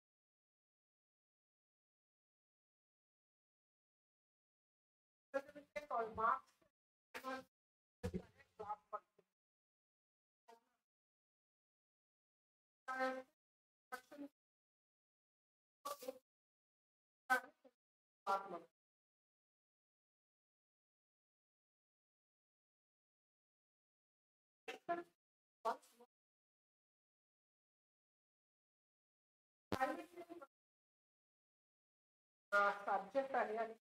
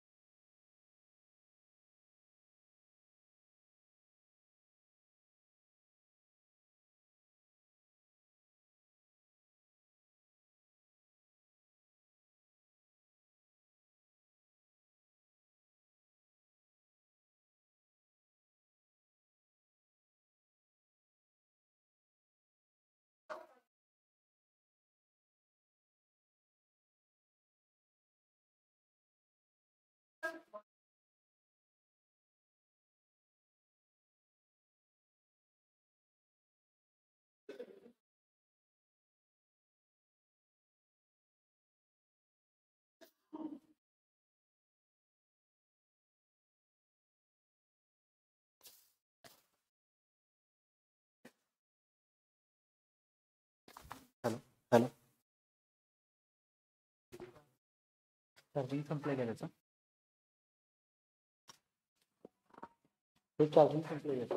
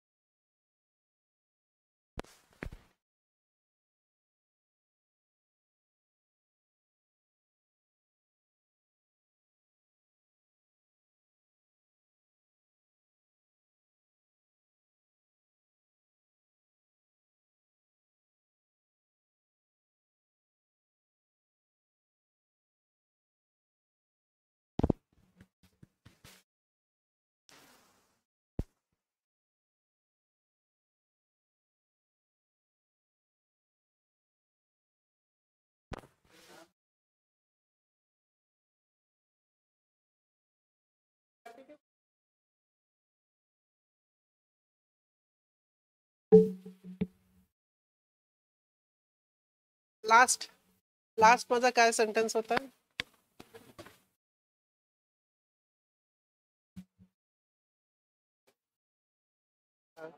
Conflict of it is a classic example of conflict of classes, or Marxian conflict of classes. Okay.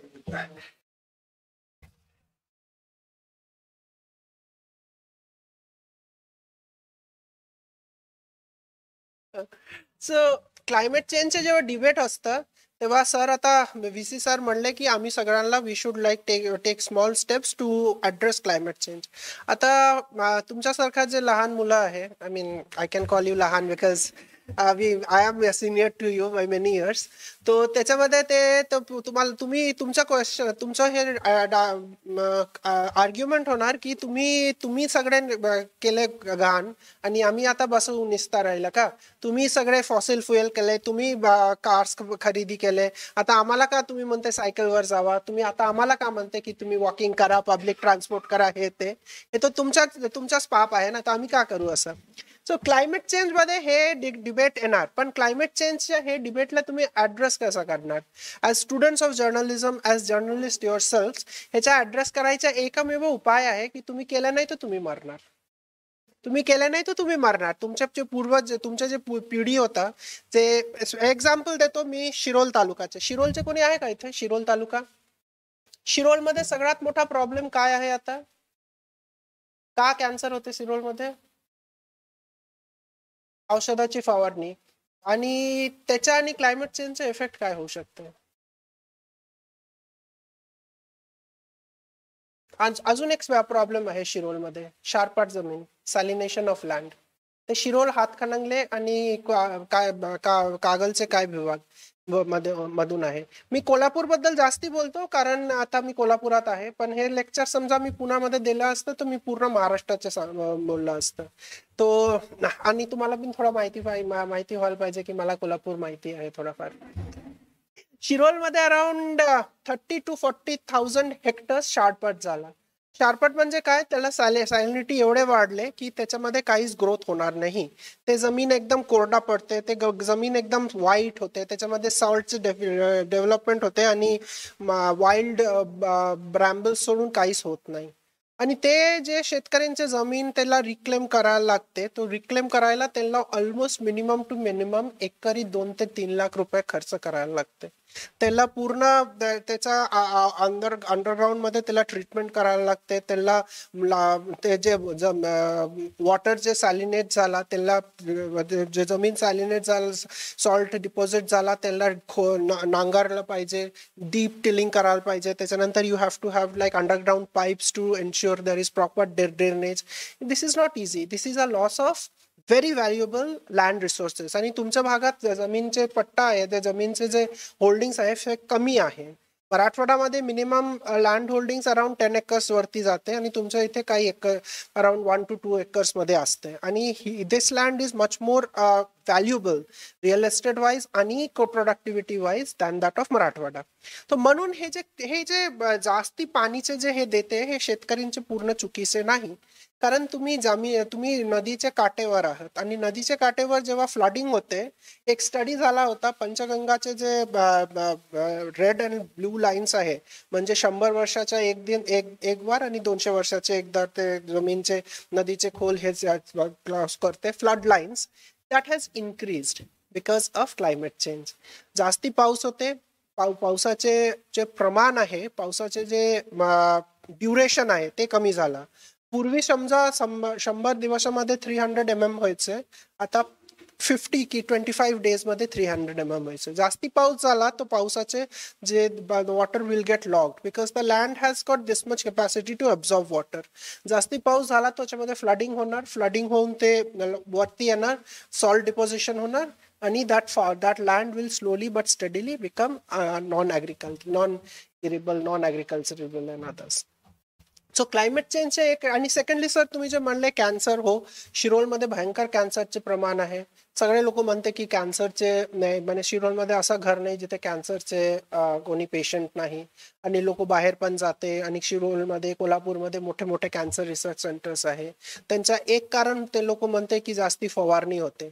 आता फवारणी जास्ती का करते असं त्यांना कुठलाही शेतकऱ्यांना याचा होस नाही की चला काय आज काम नाही, चलो इथे फवारणी करू. दोस केमिकल्स आर एक्स्ट्रीमली कॉस्टली. एक एक जे छोटे जे पॅकेट्स असते ते सगळे पेटेंटेड केमिकल्स असते आणि त्यांचा मिनिमम टू मिनिमम 1000 पासून सुरू होते. फवारणी का जास्ती करते? That is climate change. का क्लायमेट चेंज आहे? क्लायमेट चेंजमुळे जे पेस्टचे अटॅक्स आहे, फंगसचे अटॅक, पेस्टचे अटॅक ते वाढते. म्हणून ते क्लायमेट चेंजची डिरेक्ट रिलेशन आहे for this.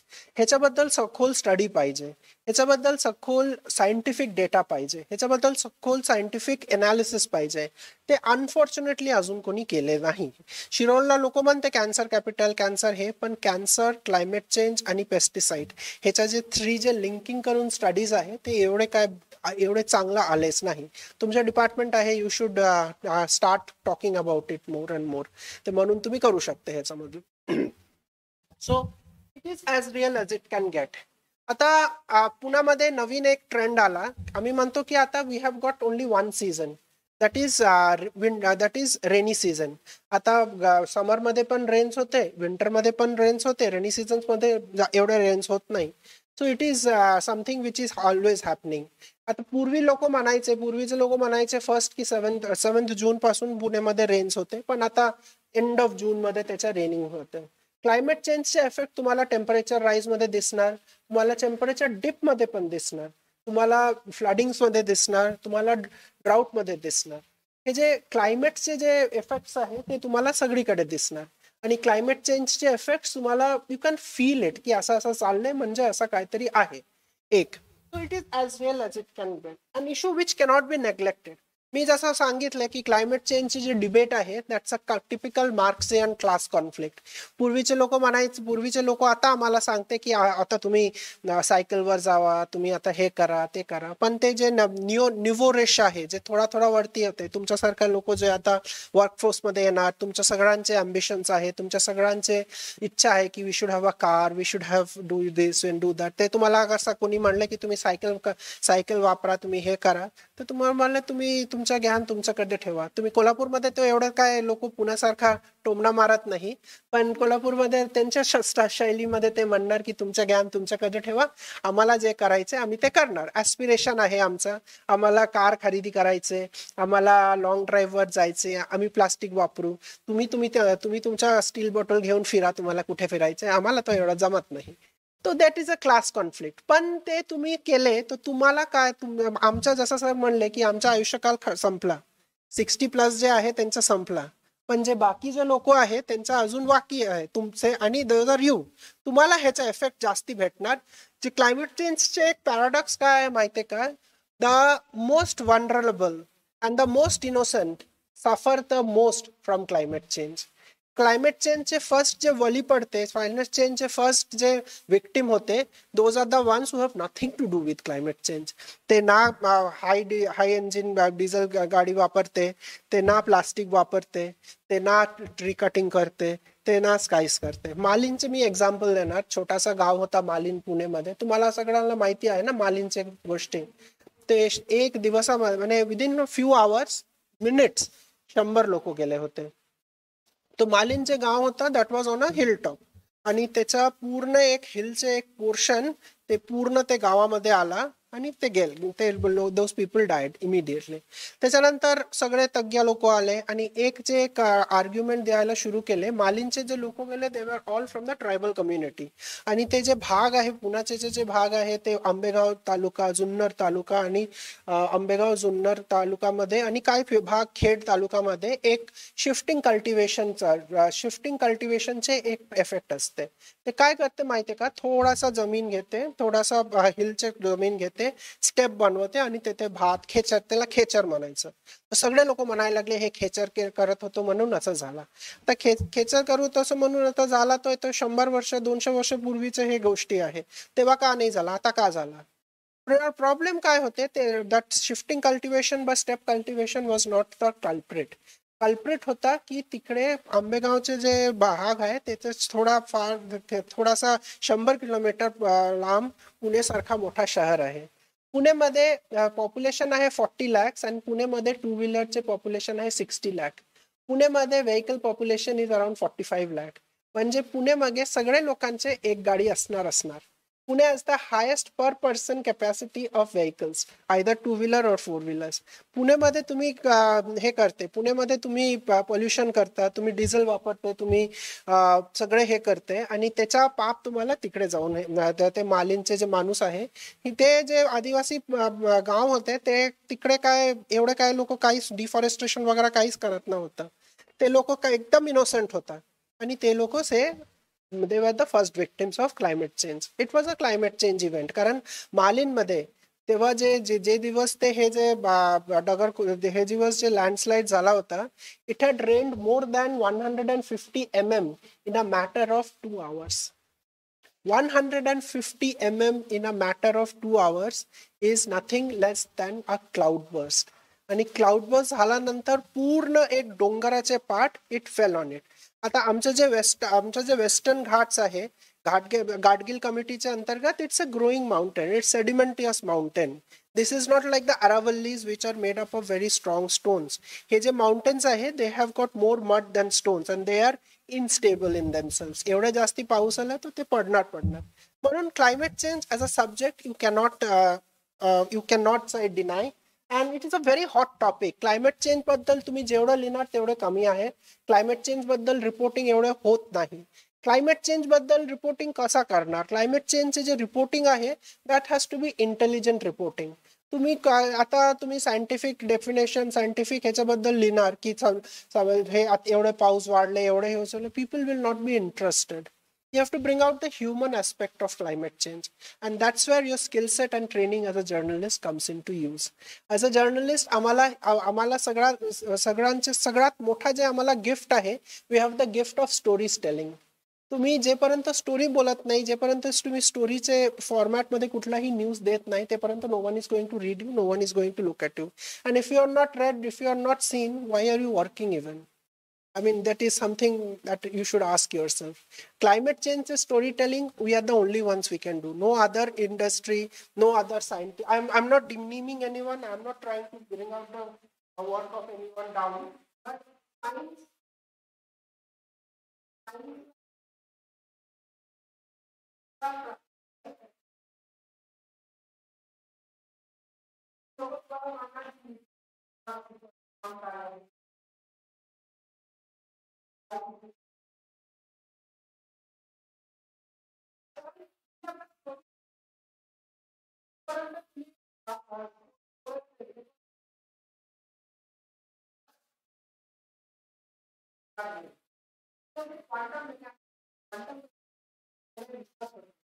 quantum mechanics.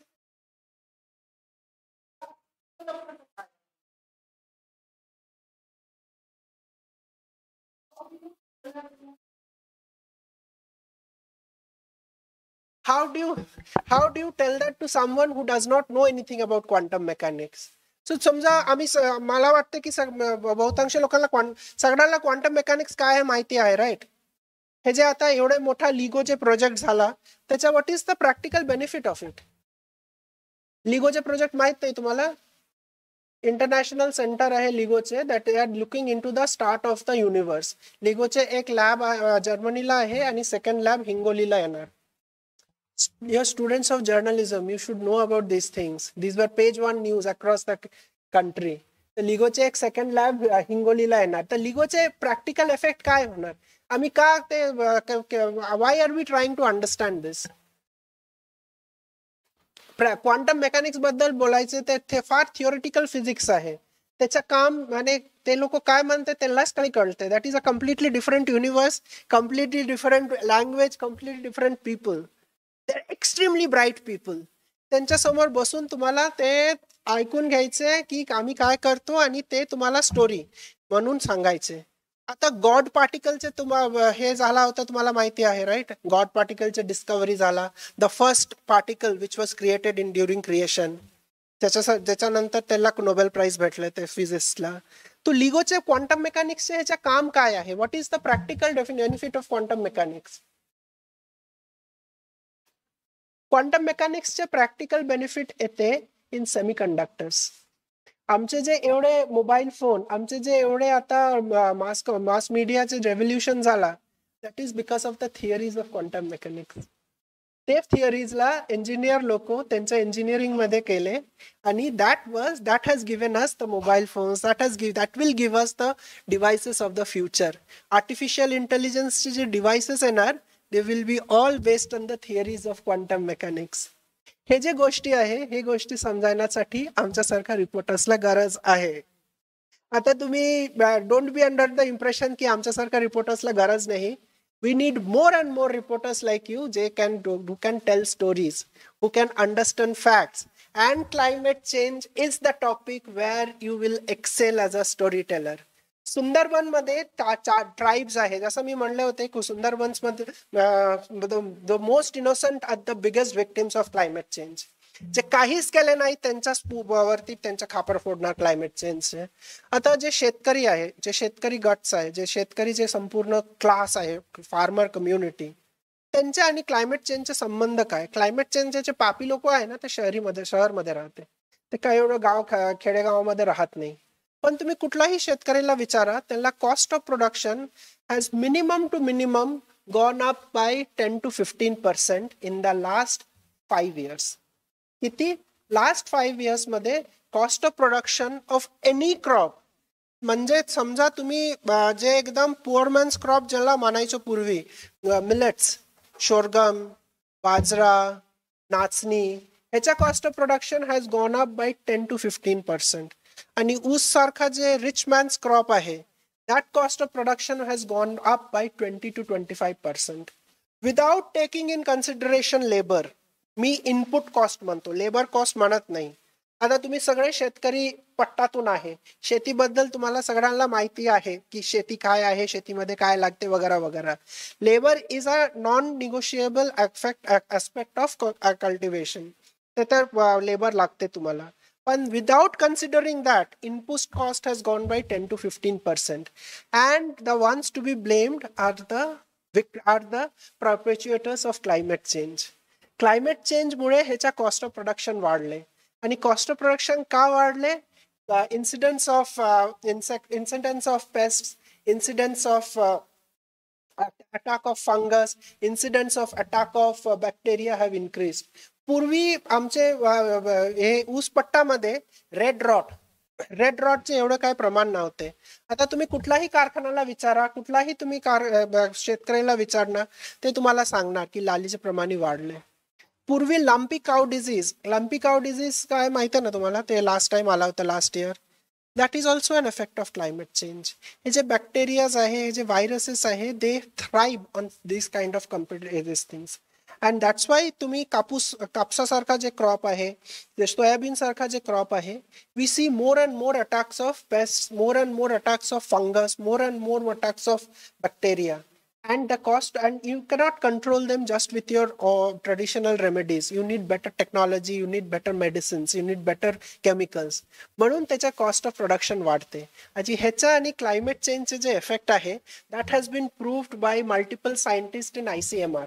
ICMR is Indian council of agriculture research. पण ह्याचं जे स्टोरी आहे, that should come from reporters like आयस. ICMRचे सायंटिस्ट असताना ते संपूर्ण त्यांच्या दुनियामध्ये असतं. ते जेव्हा 2019 मध्ये लोकस्ट जे आला होता, इंडियामध्ये लोकस्ट येणार, ह्याच्या फर्स्ट रिपोर्टिंग मी केले होते. मी तिकडे गेले नव्हते तेव्हा 2020 मध्ये. सॉरी, लोकस्ट तुम्हाला माहिती आहे ना काय आहे? 2020 मध्ये लोकस्टचे अटॅक झाला होता. ते दिल्लीमध्ये पूर्ण जे क्लाउड आहे, पूर्ण जे स्काय होता, that was completely black with locust. लोकस्टचे मराठी काय? टोल. लोकस्ट आणि ग्रासहॉपरचे डिफरन्स काय आहे? आणि मी त्याच्याबद्दल क्लायमेट चेंजचं मी इफेक्ट आहे, I will bring that effect also. Locust आणि ग्रासहॉपरचे डिफरन्स काय आहे? जेव्हा ग्रासहॉपर गुंडा बनते आणि स्वतःचे टोली घेऊन इकडे तिकडे फिरते, लोकांचे त्रास देते, ते लोकस्ट होते. लोकस्ट आणि ग्रासहॉपर आर सेम. जेव्हा एक मुलगा राहते तेव्हा ते शहाणपणा जास्ती करत नाही, ते लोकांचे भद्र व्यवहार करते. आता त्याच्या आजूबाजूला 4 पोरं आलं तर ते दांडका घेऊन इकडे तिकडे राडा करायला. लोकस्ट आणि ग्रासहॉपर्स द सेम थिंग. बट जेव्हा ग्रासहॉपर्स ग्रेगेरियस होते, ते लोकांच्या बरोबर येते, ते संपूर्ण लोकांच्या बरोबर येते. They finish every vegetation they can आणि दे गो आउट इन मासेस. ह्याच्या आणि क्लायमेट चेंजचे इफेक्ट काय आहे माहिती आहे का? 2019 मध्ये सौदी अरेबियाचे जे डेझर्ट्स होता तिकडे भयंकर पाऊस झाला होता. आणि लोकसचे एक अॅन्युअल मायग्रेशन पॅटर्न आहे, horn of Africa to India. आणि ते लोक काय करते, दे आर ऑल ट्रॅव्हलर्स. जिथे सन असते तिकडे जाते लोकस लोक, ग्रासहोपर म्हणून जाते.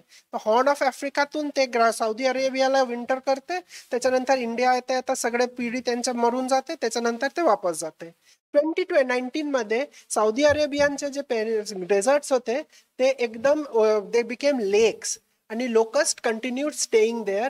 There population increase 2200 times and they became mass. 2019चे तुम्ही कुठलाही न्यूजपेपर मध्ये तुम्ही वाचा की कुठलाही न्यूज मध्ये वाचा, there were extreme hunger cases in Africa. That was because of the locust.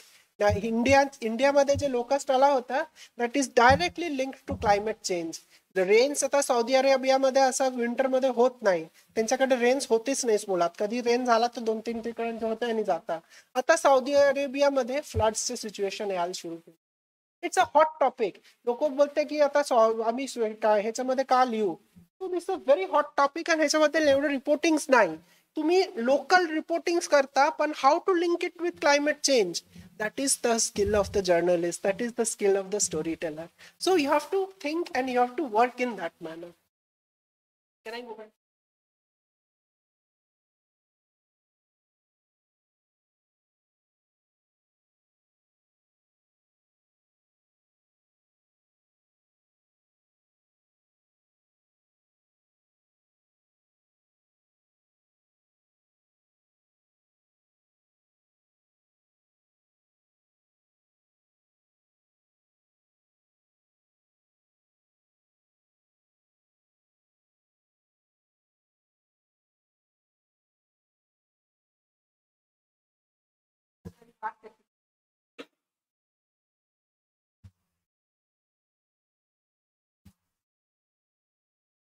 मला सांगा सर.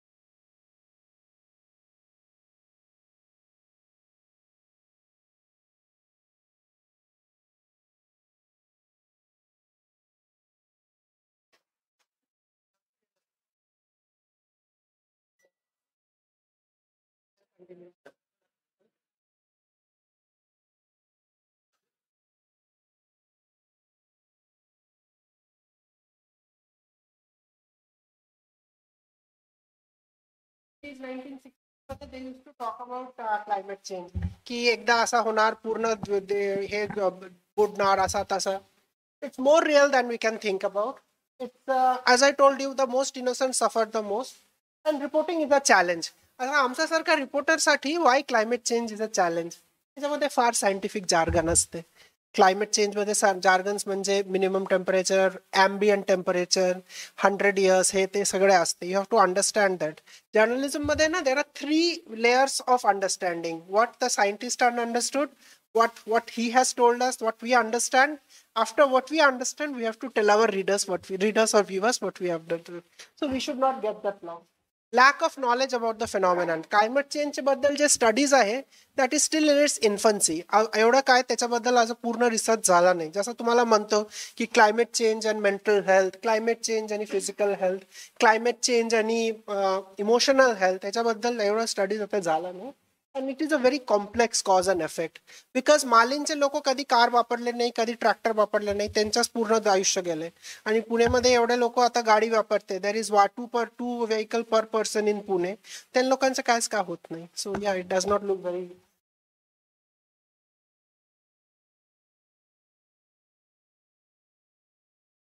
अच्छा, why should I report about it? हो झाला.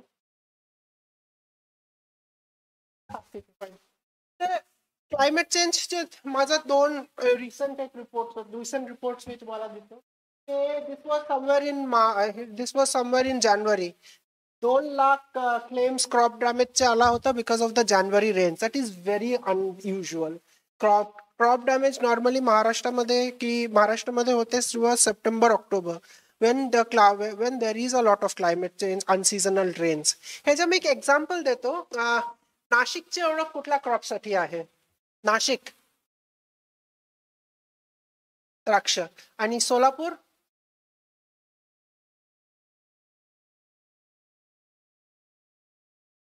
ठीक आहे. ज्वारी अजून एक हॉर्टिकल्चर क्रॉप आहे. पोमेग्रेनाट, डाळिंब. बोथ डाळिंब आणि जे ग्रेप्स आहे they R victims of climate change.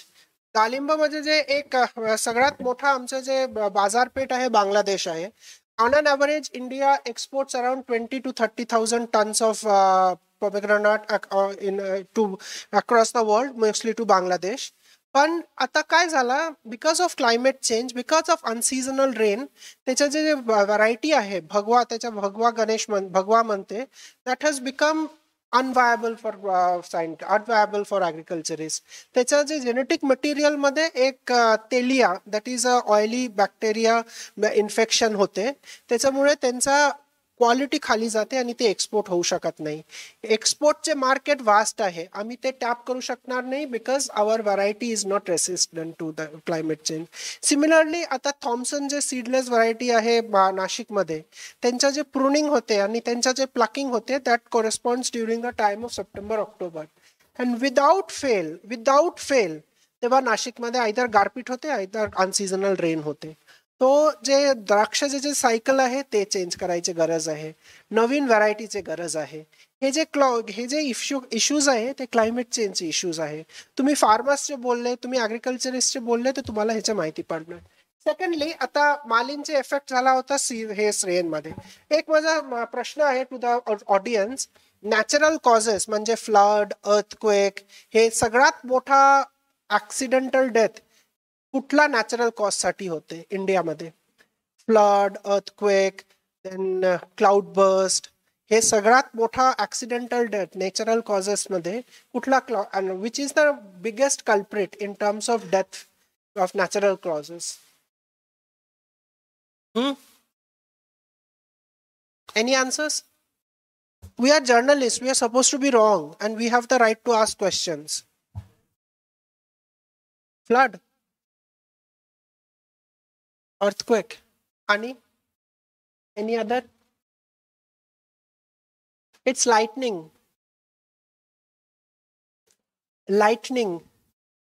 आणि बीज पडायचे मृत्यू एव्हरी इयर अराउंड 5,000 to 6,000 होते.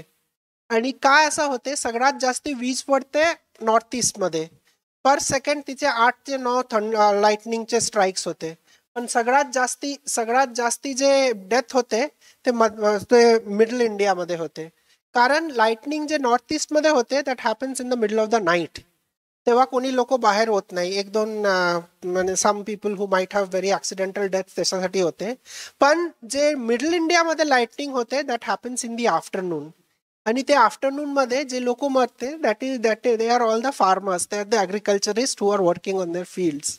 आणि लाइटनिंग डेथ्सचे जे रिपोर्ट्स आहे NCRBचे जे रिपोर्ट्स, नॅशनल क्राईम रेकॉर्ड ब्युरोचे रिपोर्ट्स आहे, तिथे असं दिसते की almost 70 to 80% of the lightning deaths are from West Bengal, from Madhya Pradesh, from Maharashtra and other areas. आणि that is lightning deaths are increasing because of climate change. लाइटनिंगचे जे फिनॉमिनन आहे त्याच्या काय होतं माहिती आहे का, की दोन मोठा क्लाउड्स एक दुसऱ्याला they create a difference of gradient and they change electricity, or there is a gradient difference between the cloud and the earth and they exchange energy in form of electricity. आता ह्याच्यामध्ये where does climate change come into the effect? Aerosols म्हणून एक particles असते, they are invisible particles in the air. Last 10 years मध्ये aerosolचे quantity has increased by 100 times. That's why incidents of lightning have increased, and that's why lightning deaths have increased, and this has been proved by IITM's research. And so lightning is the biggest culprit in natural causes, and is the increased death in lightning is also because of climate change. These are some production figures. I have taken 3 main crops of India: sugarcane, cotton, and soybean. The तीनही crop तुम्हाला सगळ्यांना माहिती आहे.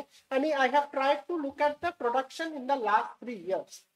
त्याच्यामध्ये काय समांतर आहे का? Is there a straight line in this? The curve is very irregular. समजा 2022 मध्ये we had produced 491 lakh tons of sugar, and this year we are going to produce 303 lakh tons of sugar. 2022 मध्ये we had produced 335 lakh bales of cotton, and this year we are going to produce 291 lakh bales. One bale is equal to 170 kgs of pressed cotton. जेव्हा कापास तुम्ही वेचते तुमच्या कपासांचे field मधून, त्याच्यामध्ये lint आणि seed असते. त्याला जिनिंग अँड प्रेसिंग मिल मध्ये घ्यायचे, तर दॅट कपास इज कोम्ड. सीड वेगळाच असते आणि लिंट वेगळा असते. आणि लिंटला 170 kgs बेल्स बनवते प्रेस करून. आणि लास्ट इयर 2022 मध्ये we had produced 335 lakh bales of cotton, and this year we are going to produce 291 bales of cotton. Soybean मध्ये this year we are producing 118, and 2022 मध्ये it was around 120 lakh tons of soybean. सोयाबीनचे figures लिहायला मी विसरलो. आता what does this show? India is a predominantly agricultural country. Azuni 63% of our population is involved in agriculture directly or indirectly. Agriculture GDP is just 17%. Service GDP is almost around 78 to 76%. आता India मध्ये जे the people who are involved in agriculture, they are not making enough money. One. Secondly, because of climate change, because they are victims of climate change, त्यांच्या ते income जे उत्पन्नाचे शाश्वतता, assurity of income, that itself is going down. So a large population of our country is going to go below the poverty line, or is going to face economic depravity, economic problems because of climate change. And this is the story as reporters we have to talk about. Climate change and a reporter, why are we, as a reporter we have our own set parameters. Climate change जे stories जसं machine Molla आता सांगितले, local change, local events ला तुम्ही greater perspective कसा देणार. आता बघा, आम्ही तुम्हाला पहिल्यापासून सांगतो, आता this whole world of journalism has changed and is changing. आता local stories ला तुम्ही जेपर्यंत you don't give them the edge, you don't make them feel that, you don't make your reader feel special, that he is reading something which is out of the ordinary, तेपर्यंत he is not going to read or see you guys. So climate change, these are the stories which normally we do. फसल विमा योजना तुम्हाला माहिती आहे, that is that crop insurance scheme. ह्याचे तुम्ही website वरून जाऊन त्यांचा you just look at the figures. ते फिगर्स मध्ये तुम्हाला दिसणार की जे फसल विमा योजना अंतर्गत जेवढे नुकसान भरपाई देते, that number is on the rise, and that is because of climate change. These are because of extreme climate events that is happening. Lower than expected yields. आता पर एकर yield, आताच आम्ही बोललो, we started the session with sugarcane. Per acre yields normally हे पट्टात येते 80 tons per acre, आणि this time they were expecting around 60, but it has again gone back to 80. Early flowering in cane. आता महाराष्ट्र हे पट्टामध्ये जेवढं मी फिरलो ते सगळी ह्याच्यामध्ये शुगर केन मध्ये फ्लॉवरिंग पुरी म्हणते त्याला, राईट, ते व्हाईट फ्लॉवरिंग येते. ते त्याचा इफेक्ट काय होते, ते एकदा तुरी आला केन मध्ये त्याचे इफेक्ट काय होते, ते क्रॉप वाहत जाते की काय, वजन का कमी येते?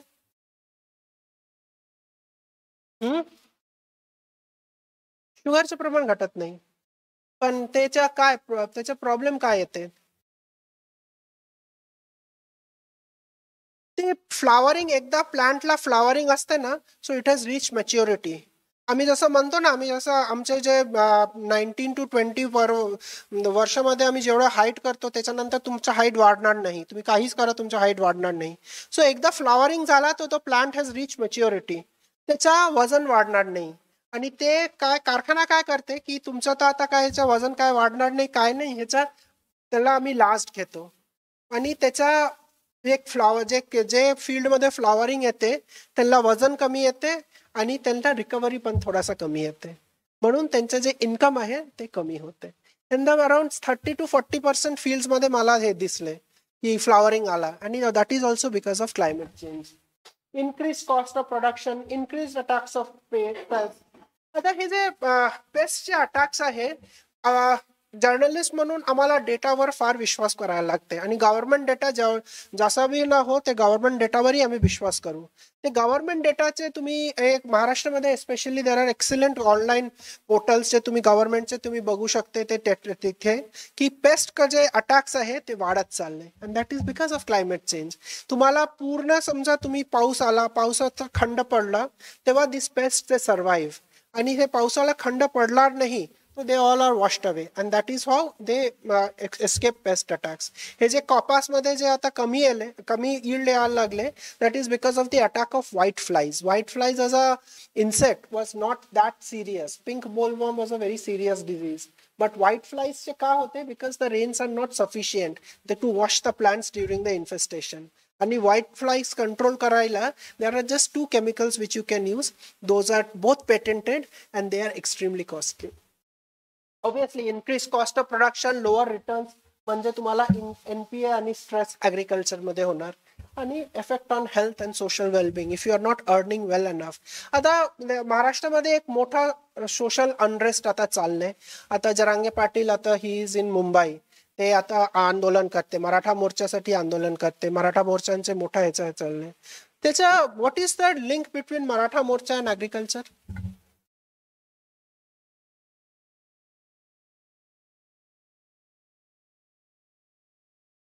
Okay.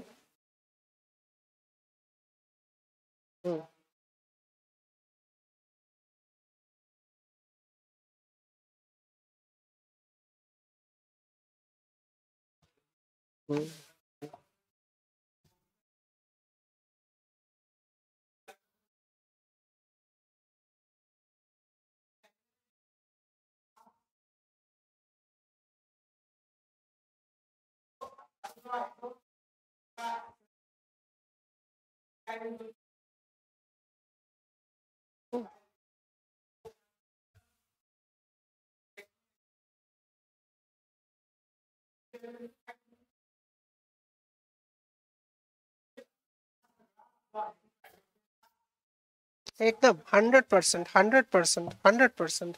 आता महाराष्ट्र सारखा 3 मोठे आंदोलन झाला इंडियामध्ये.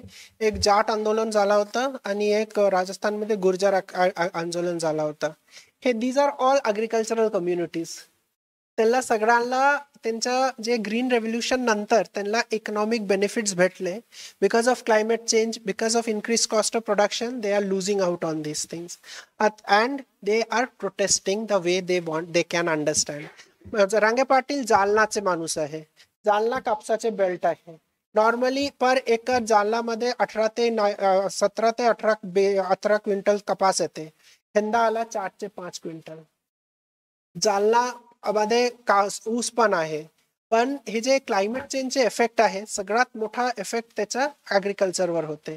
आणि ऍग्रिकल्चर कम्युनिटी आता हे जे मराठा मोर्चा मराठा आंदोलन आहे it's a protest of for and by the farmers.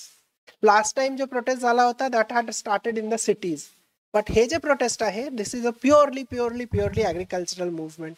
आता as reporters as journalist we have to link all this with in our story.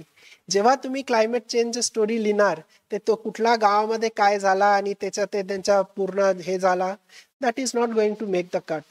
The cut has to be made when it is going to directly touch your reader. की तुमच्या उत्पन्नावर परिणाम होणार, तुमच्या आरोग्यावर परिणाम होणार, तुमच्या सगळे जे आयुष्य आहे त्याच्यावर परिणाम होणार. आणि as journalist as to be journalist and students of journalism this is our challenge. Climate change is there. आता किती दिवस आमची पृथ्वी राहणार तेच पण मला माहित नाही. आता नेक्स्ट इयर समजा 2019 पेक्षा पण भयंकर भयंकर दुष्काळ होणार. Already El Nino is extremely active now. तो आता 2024चे जे मॉन्सून आले ते पण गेला. That is going to be another very severe shortage of water in Maharashtra. So climate change जे आहे त्याच्याबद्दल लिहायला त्याच्याबद्दल भाष्य करायला you have to invest yourself. And there are many topics, there are many tools that you can, but the most important thing is that you should ask yourself the question why, and then you will find all the answers. If you are convinced of your questions, the answers will come to you. So with that I rest and we will now take some questions.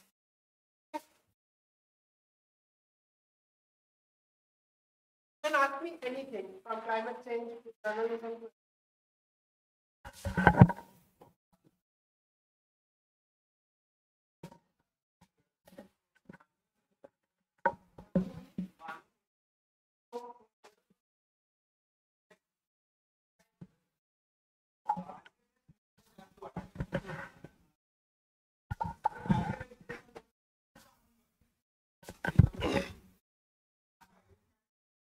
त्याचा दोन connection आहे. हे जे सह्याद्रीचे जे जुन्नर पट्टा आहे तिकडे एक अद्भुत प्रकार आहे शुगर केन लेपर्ड्स म्हणून. ऊसाचे बिबट्या म्हणते त्यांना. ते जे लेपर्ड्स आहे ना ते लेपर्ड्स जंगलात राहत नाही, ते ऊसाचे फील्ड्स मध्ये राहते आणि त्यांना पूर्ण जीवनमान their whole life cycle is entered around the cane field. ते इकडे तिकडे जाते त्यांचं हे होते. त्याच्या जेव्हा ऊसाचे हंगाम सुरू होते, जेव्हा कारखान्याचे हंगाम सुरू होते तेव्हा ऊस तोडणीला लोक जाते तेव्हा they get into conflict. पण हे वाढायचे जे कारण आहे दोन, एक तो डिफॉरेस्ट्रेशन झाला एक, आणि सेकंडली त्यांचे जे शाश्वत पाणीचे स्रोत होता they are all drying out. They are coming to these areas for water. ते खाद्यासाठी येत नाही, ते पाणीसाठी येते. आणि कसं वाढते आम्ही उपसा करतो. We are depleting the ground water level. आणि ग्राउंड वॉटर लेवल जेवढं डिप्लिशन होणार आणि जेवढे the number of days of extreme rainfall कमी होत जाणार ते ग्राउंड वॉटरचं डिप्लिशन वाढत जाणार. आणि म्हणून ते जे वन्य प्राणी आहे त्यांच्या जे ट्रेडिशनल वॉटरिंग होल्स आहे ते सोडून शहरी भागात यायला लागले. आणि that's Y there is the number of conflicts have increased in the last few years. आणि 2010 पासून हे जास्ती वाढले कारण तुम्ही IMD चे डेटा बघा. number of days of rainfall is going down but the amount of rainfall we are receiving is almost the same. म्हणून जे 100 mm जे 100 दिवस मध्ये होत होते आता 50 दिवस मध्ये होते. 100 mm 100 दिवस मध्ये झाला तो त्याच्या जे पर्क्युलेशन 100% होत होते. आता 50 days मध्ये 100 mm झाले तो only 25 to 30% of the rain water is percolating down. Rest of its all flow going down the grains. So that is the reason they are coming more and more into conflict with human beings. म्हणजे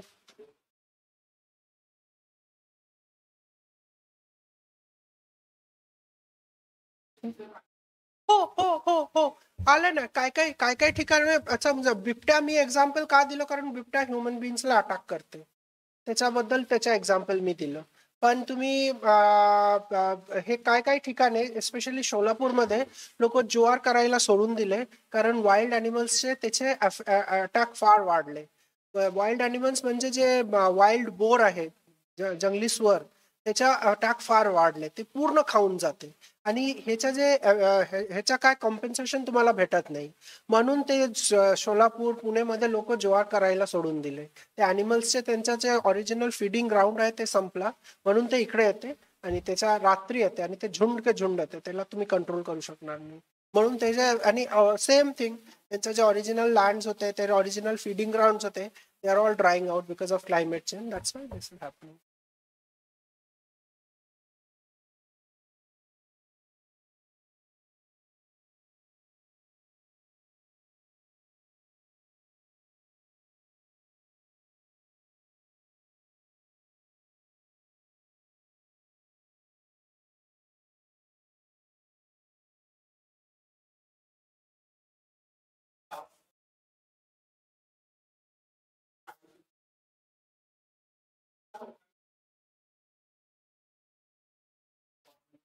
याचे दोन उत्तर आहे.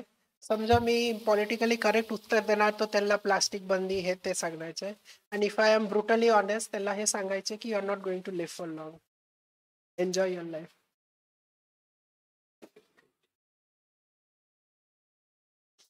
बघा तुम्ही, मी तुम्हाला सांगितलं there is a Marxian class conflict going on around the topic of climate change. तुम्ही सगळे स्टुडंट होऊन तुम्ही जॉब मार्केटमध्ये जाणार, तुमचा स्वतःचा धंदा करणार, व्यवसाय करणार.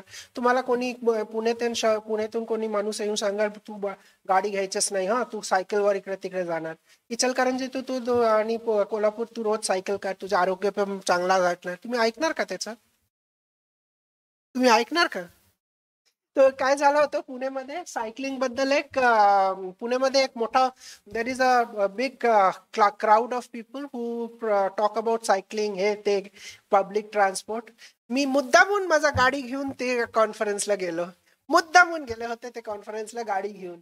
मला ते विचारले तुम्ही कसं आलाय, मला गाडी लिहायला तुम्ही कार्बन एमिट केले, हे केले ते केले. मी सगळ्यांना विचारले तुमच्या घरात किती गाडी आहे, किती टू व्हीलर्स आहे, किती वापरते, तुमचे एनर्जी बिल किती येते, कोणाची गाडी किती एसीज आहे घरात. तर माझं सगळ्यात म्हणजे सगळ्यात जे दुबला होता ते मीच होता, कारण माझ्याकडे एक गाडी होता. Everyone had around 2 or 3 vehicles at their homes. तो हे जे मिशू आहे ना, तुम्ही सगळं ज्ञान देऊ शकते, पण त्याच्याबद्दल ऐकण्याच्या मनस्थितीमध्ये लोक आहे की नाही त्याचं काय हेच नाही. आणि जर्नलिस्ट म्हणून आमचं काम आहे खाली सांगायचे, लोक ऐकणार की करणार ते त्यांचं काम आहे. Do I last one? You can ask any question.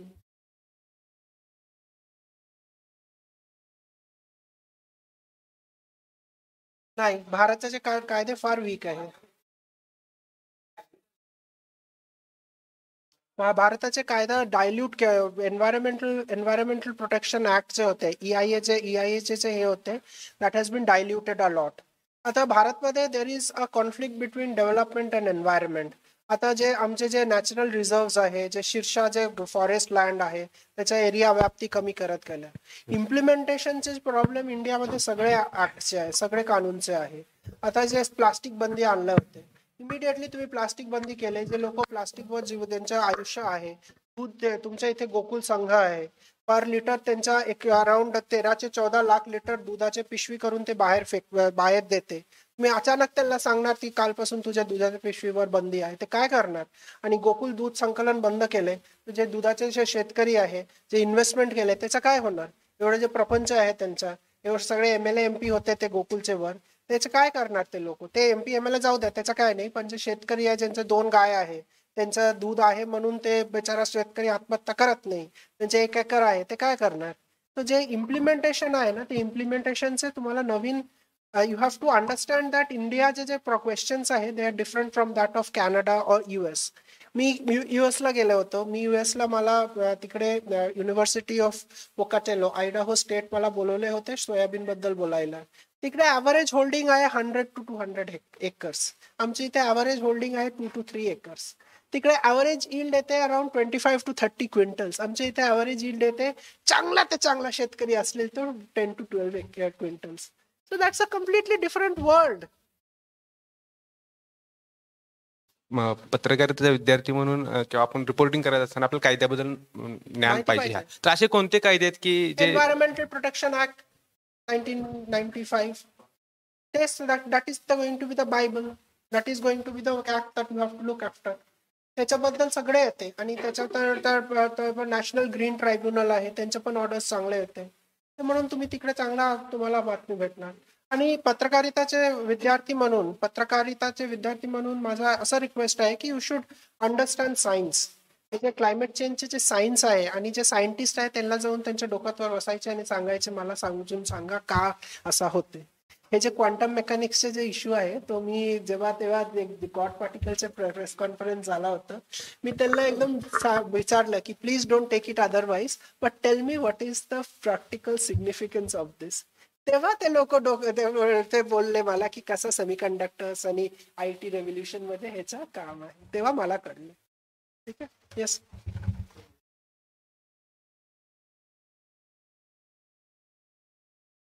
हो हो हो हो.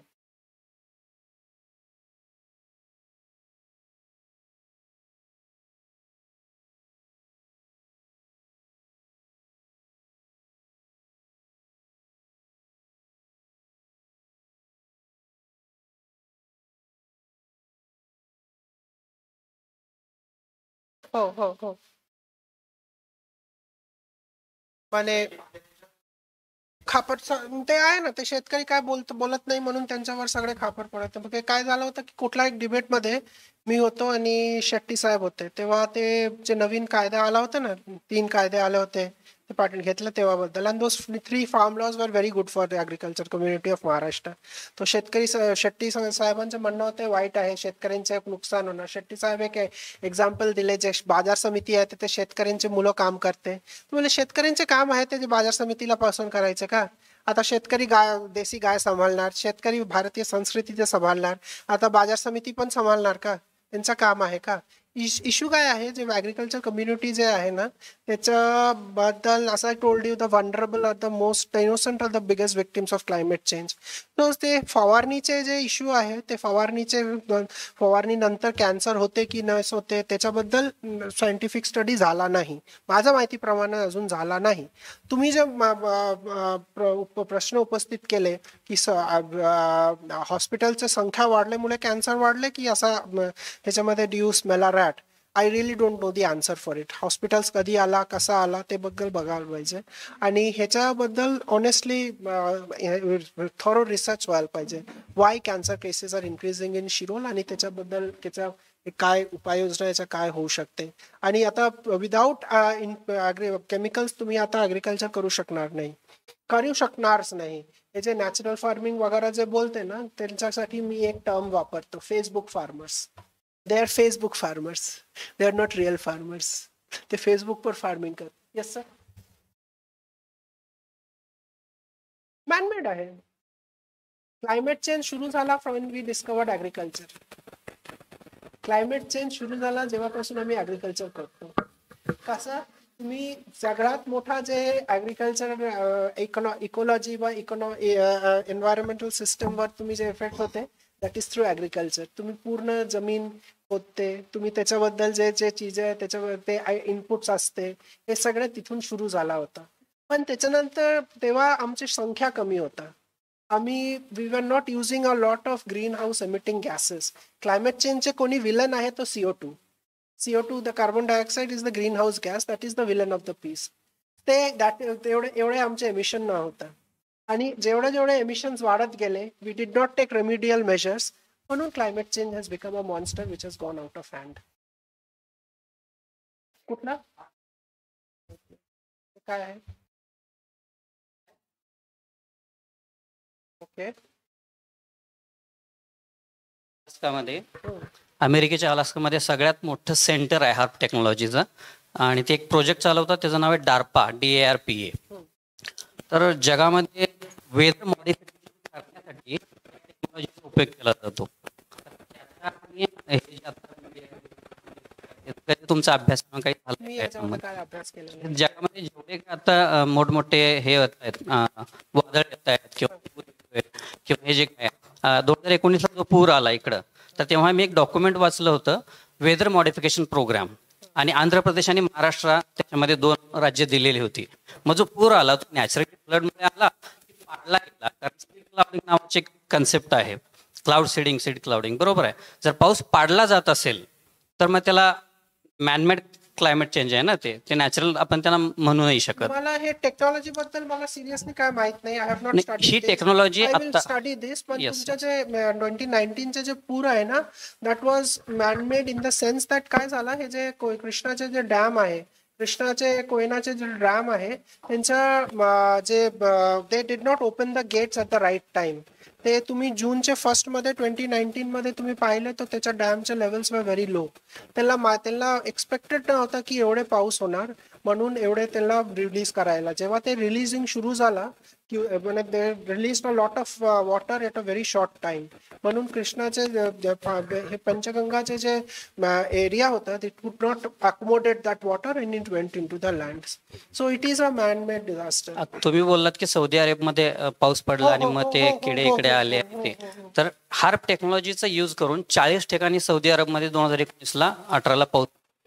आणि त्याचं रिझन आहे की ते जे हे न्यूज मध्ये आलेली मी वाचतो. I have not read about this. वाचून ह्याच्यावर मी आय विल लुक इन. मला आज एक न्यूज मिळाली, मी हेडलाईन वाचून दाखवतो आणि मग त्याच्यावर मी प्रश्न विचारेन. फेक न्यूजचा जगात सर्वाधिक धोका भारताला. न्यूज आहे आणि जगाचा मॅप दाखवलाय, त्याच्यामध्ये ते त्यांनी न्यूजच फेक आहे. कारण वर्ल्ड इकॉनॉमिक फोरमचा रेफरन्स पण त्याच्या खाली दिलेला आहे. हा, मग ते हाच प्रश्न आहे की अशा जर न्यूज येत असतील तर रिअल आणि फेक हे आम्ही सगळ्यांनी कसं ओळखायचं की हे जे आलेलं आहे. जर्नलिस्ट आहात? नाही, जर्नलिस्ट नाही. I am from social work background. So you should always look for authentic sites. You should always look for authentic data. तो आता पूर्वी काय व्हायचं ना, तो न्यूज देवर सँक्टिटी इन न्यूज. आता अनफॉर्च्युनेटली ते पूर्णतः गेले. आता काय काय ठिकाणी असं पण बातमी येते की दोन मुंडीचे भैंस आला की असं काहीतरी न्यूज येते. Say you should be very careful of about the news that you are consuming. हे मला बोलायलाच नव्हतं, but good you refer to it. Journalism आणि जर्नलिस्टचे स्वतःचे जे क्रेडिबिलिटी आहे, there is a huge question mark on that. हे जे डोनाल्ड ट्रम्प होते, he was a climate change what was he was a denier, climate denier. ते त्यांचं असं म्हणणं होतं की जर्नलिस्ट लोक असं खोटं बातमी पसरते अबाउट क्लायमेट चेंज नामक काय स्थिती नाही. Even Elon Musk also is a climate change denier. So that is something that we cannot help. माझा असा प्रश्न आहे, मग जर टेक्नॉलॉजीने क्लायमेट चेंज करता येत असेल, कारण हा टेक्नॉलॉजीने भूकंप पण करता येतात, वादळ पण येतात आणि पाऊस पण पडता येतो. जर हे सगळं त्या टेक्नॉलॉजीने होत असेल तर आम्ही त्याला कसं जबाबदार असू शकतो?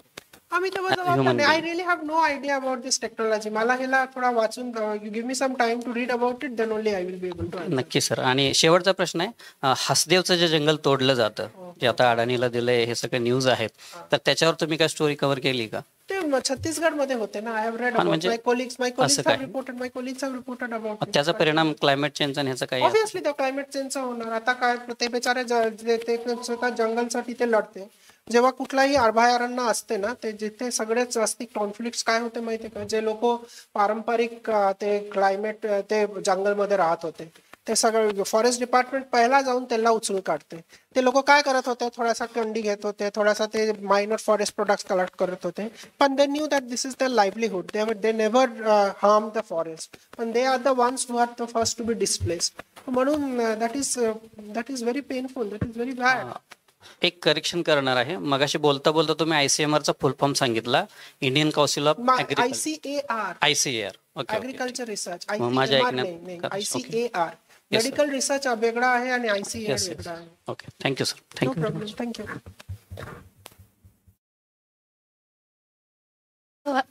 Hello sir, my name is Sai Simran. I'm student of Mass Communication 4th semester. I have 3-4 questions for you, and first is about your profession. You are environmental journalist. So I am an agriculture journalist. Sorry sir, agriculture journalist. But today we are conducting a workshop regarding to climate change, like environmental issues. Okay. So what challenges do journalists face while reporting on climate change, and how can these be overcome? First and foremost, the problem we face reporting about climate change is to convince our bosses this is worth reporting. And this is true for agriculture journalism and climate change. how do you overcome this? You show them matrix. So the reports that I have done about sugar, we have a way in which we understand how the sugar story is doing online. My sugar story, my milk story, my stories about agriculture, they fly off the chart. They are always in green. आणि जे stories मी businessचे असा दुसरा केले, they go in red. So I tell my boss that, see, these are the stories which are doing good. I should do these stories. So he or she is convinced. Second question is, in what ways can media outlets collaborate with climate change and environmental experts to ensure accurate reporting, like human aspect reporting on climate issues? You need to understand your sources, and you have to spend time with them to understand what they are saying. Climate change is not a political, it's not political reporting. With great respect to political reporters, with great respect to politics, I also do politics, but climate change is a nuanced subject. You have to spend time with the scientist to understand what he or she is doing, and how do you translate it into something that your reader will understand. So you have to spend time with that, and collaborative efforts, you have to first give the scientist the respect the scientist is due to. As journalist, I always tell people, and I always believe in it, when my source is talking to me, they are doing me a favor. Because they are not mandated to talk to me. They are doing me a favor by talking to me, by which I am going to get a news, and which is going to pay for my bread and butter. So you have to give the respect to the scientist, you have to understand them, and then you can take it forward. And the third question is, how can media outlets encourage public participation and advocacy for climate-related policies? And as per you said, storytelling is the best technique to convey message. So what innovative storytelling formats or techniques that can enhance the engagement of public in climate-related issues more effectively? Your story should touch the reader. Pune has got 2 vehicles per person. So if I can do a story which will say in the next 5 years, Pune's climate is going to change in this fashion. You're going to face this problems. That will click with the reader. What about the third question? What was the third question? How can media outlets encourage participation of public? See, our job is to report. We are not here for advocacy. We are not here to do any kind of activism. As journalists, you are not change makers. You are just storytellers. Once the story is done, your work is done. Go home and sleep. I'm sorry, but I am from a very old school of journalism where storytelling was the end of it. Now, if you want to take up issues, if you want to take up stuff like that, maybe you should work very closely with organizations which are working on it, help them, get them into the picture, and ask them how your reader can be accommodated in their work. For example, in Kolhapur, there are some amazing NGOs which are doing work against plastic, which are doing work like that. The film we saw. Maybe in one prabhag, you can get one of the prabhags of Kolhapur, you can get the corporation to give you the waste sand and the plastic, and have small brick, this kind of components to be made in this at localized levels. That way you can help. And Swatch is an example. In Pune, we have this waste pickers collective called Swatch. They collect municipal waste from house to house. So what they have done is they have tied up with startups who use plastic for recycling. So like what sir told about the Kabadiwala, same thing is happening in Pune, but at a very lower level, and that is through the cooperative called Swatch. Thank you. You're welcome.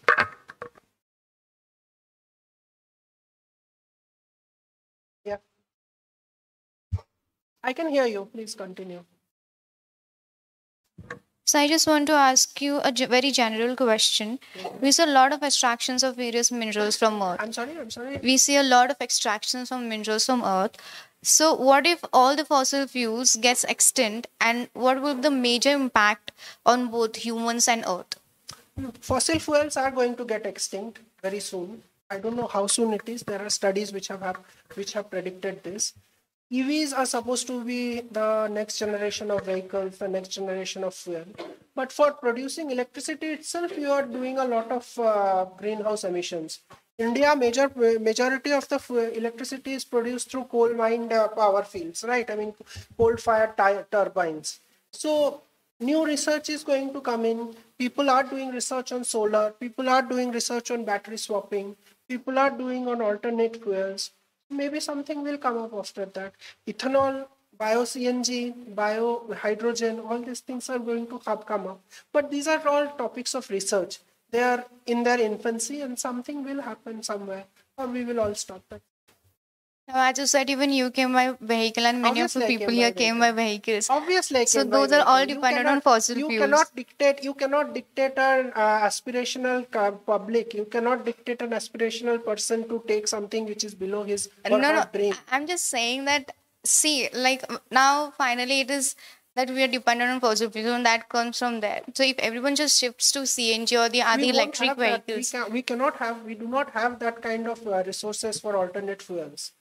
If we had that kind of resources, for example, in a country like Canada, almost 70% of the vehicles run on electricity. They are e-vehicles. And there you have the whole ecosystem there. For e-vehicles, you need a charging point every 1 to 3 kilometers. So in Canada, you have these free charging points. And in Canada, their production of electricity is through hydro. The name of their electricity company is Hydro Canada. Because 100% of the electricity comes from the rivers, comes from the springs. They have done that. And their technology is amazing. So in India, we don't have that luxury. Hydroelectricity is untapped. We have not realized our potential. But that itself requires a lot of investment, a lot of destruction of stuff and forest and all. But then the gains that we make out of, maybe they make up for the whole stuff. So we are still in the dark about it. The future is not very bright. As a second question, war has caused a lot of human destruction as well as led to radiotoxicity in air. So could you tell any few harmful gases or matters which may present for a long time due to the same, and how can it be tackled, and what are the major steps could be taken to avoid weapons leading harm to environment? Why are you going at war? Look at the air that you are breathing now. MPCB's website, Maharashtra Pollution Control website, has daily reports on particulate matter. And during the cane harvesting season, the particulate 10 increases in Kolhapur. Because they burn the pachet mante na tela. You know what pachet is, right? They burn pachet. And that's why the particulate matter increases. So during winters, you will see an increase in breathing trouble. In Delhi, in Mumbai, because of construction, because of burning of garbage, because of fossil fuel burning, the air had become very hazy. And incidence of asthma in young kids increased 22 times. So Indian Express did a story on that, and post that, the Municipal Corporation of Greater Mumbai started working on it, started getting these, dust settlers and other things. There are solutions, but they are not that popular. And as for your question, particulate matter is the villain of the piece. Or when you burn carbon, when there is incomplete combustion of the whole organic matter or fuel, then the particulate matter increases, and it is a major cause for any kind of breathing issues. Now, sir, like Hiroshima and Nagasaki. Those are extreme events. Yeah, but those weapons. Now they say that whatever the effects are there, people are still suffering it. Yeah. So if the same happens, even if we shift to the different materials or the gases like CNG. You cannot change human nature, right? There will be people who would like to fight. They would like to boast about their nuclear weapons. They will like to boast about stuff.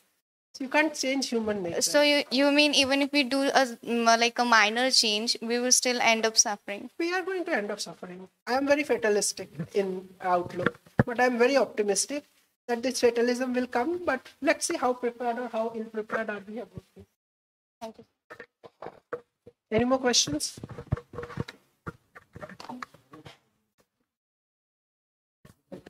हाँ विचार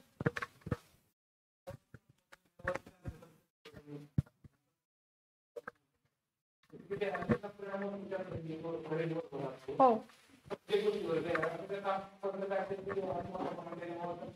हो obviously obviously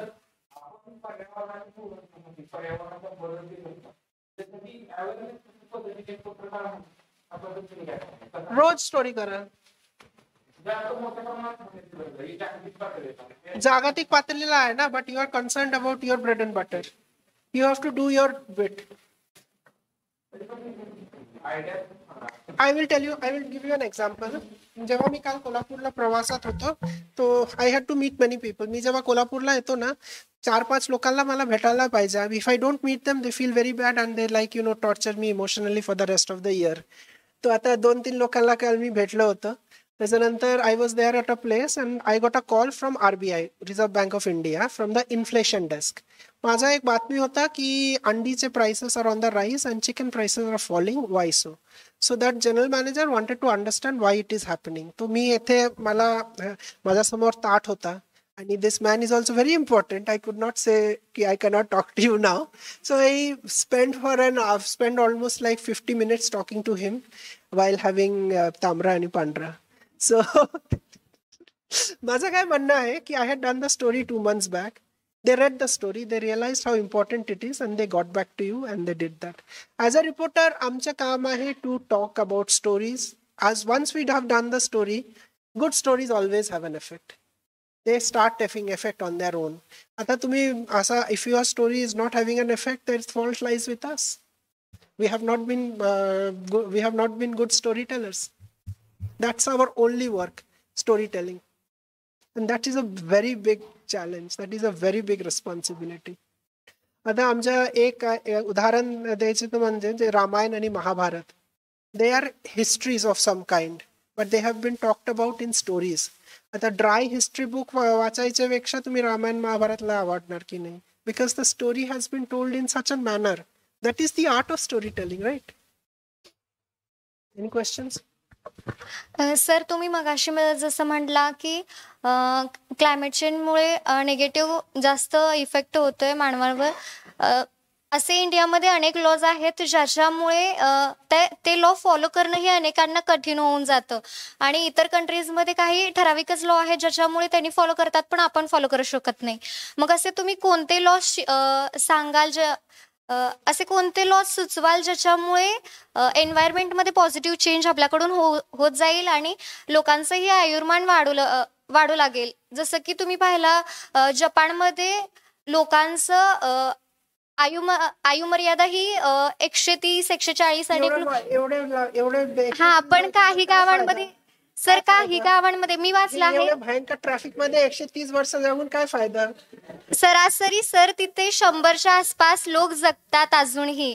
मात्र इंडियामध्ये एक 50 age complete झालं तरी त्यांचा हळूहळू ते त्यांच्या वीक व्हायला लागतात.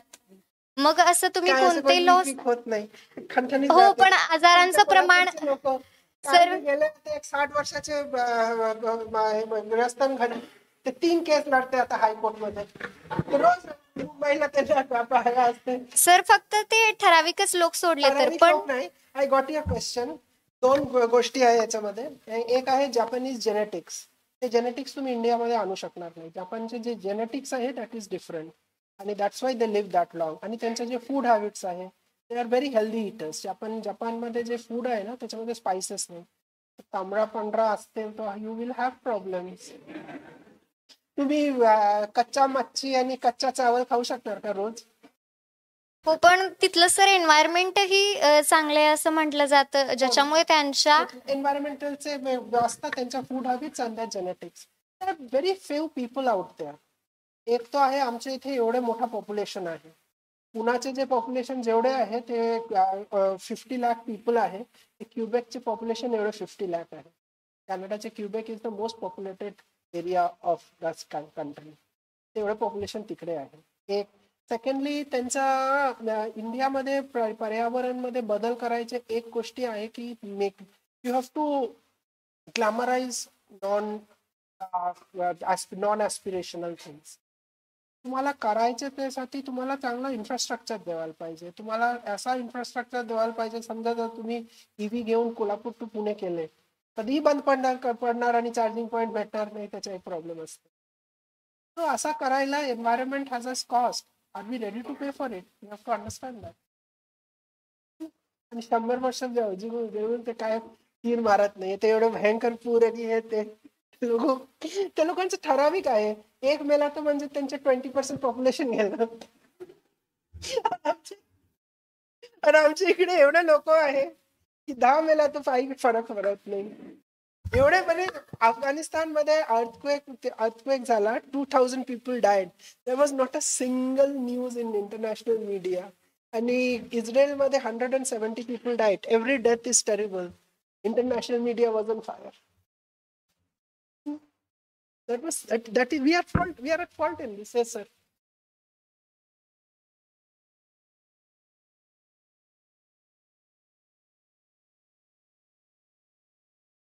मला निसर्ग मित्रांच्या बद्दल माहिती आहे. मी तुमचं काम पाहिलंय कुठेतरी, आयदर ऑनलाईन की कुठल्या बातमीमध्ये. I have read about you. .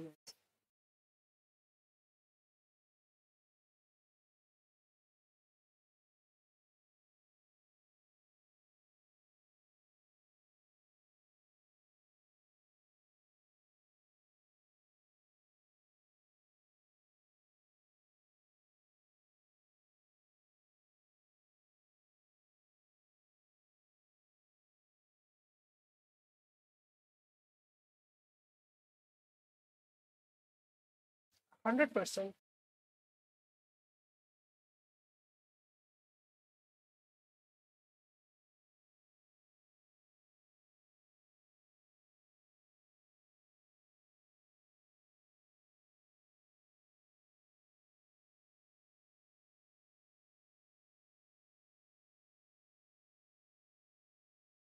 Natural ते राईबाई पोपरे, ते जे सीड मदर.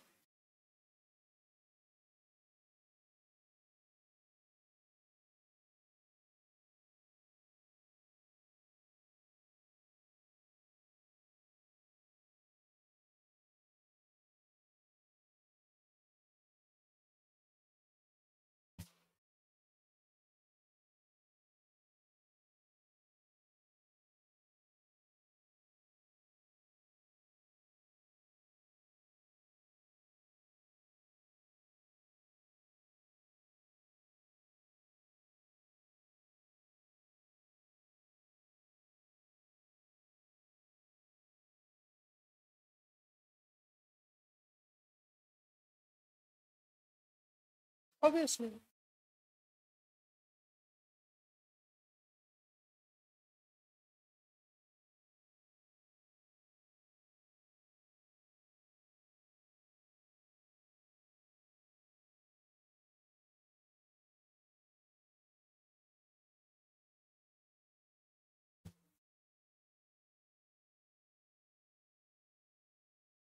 हो माहिती आहे मला. हो हो हो हो हो हो हो. ते मी लिहिले होते त्यांच्याबद्दल.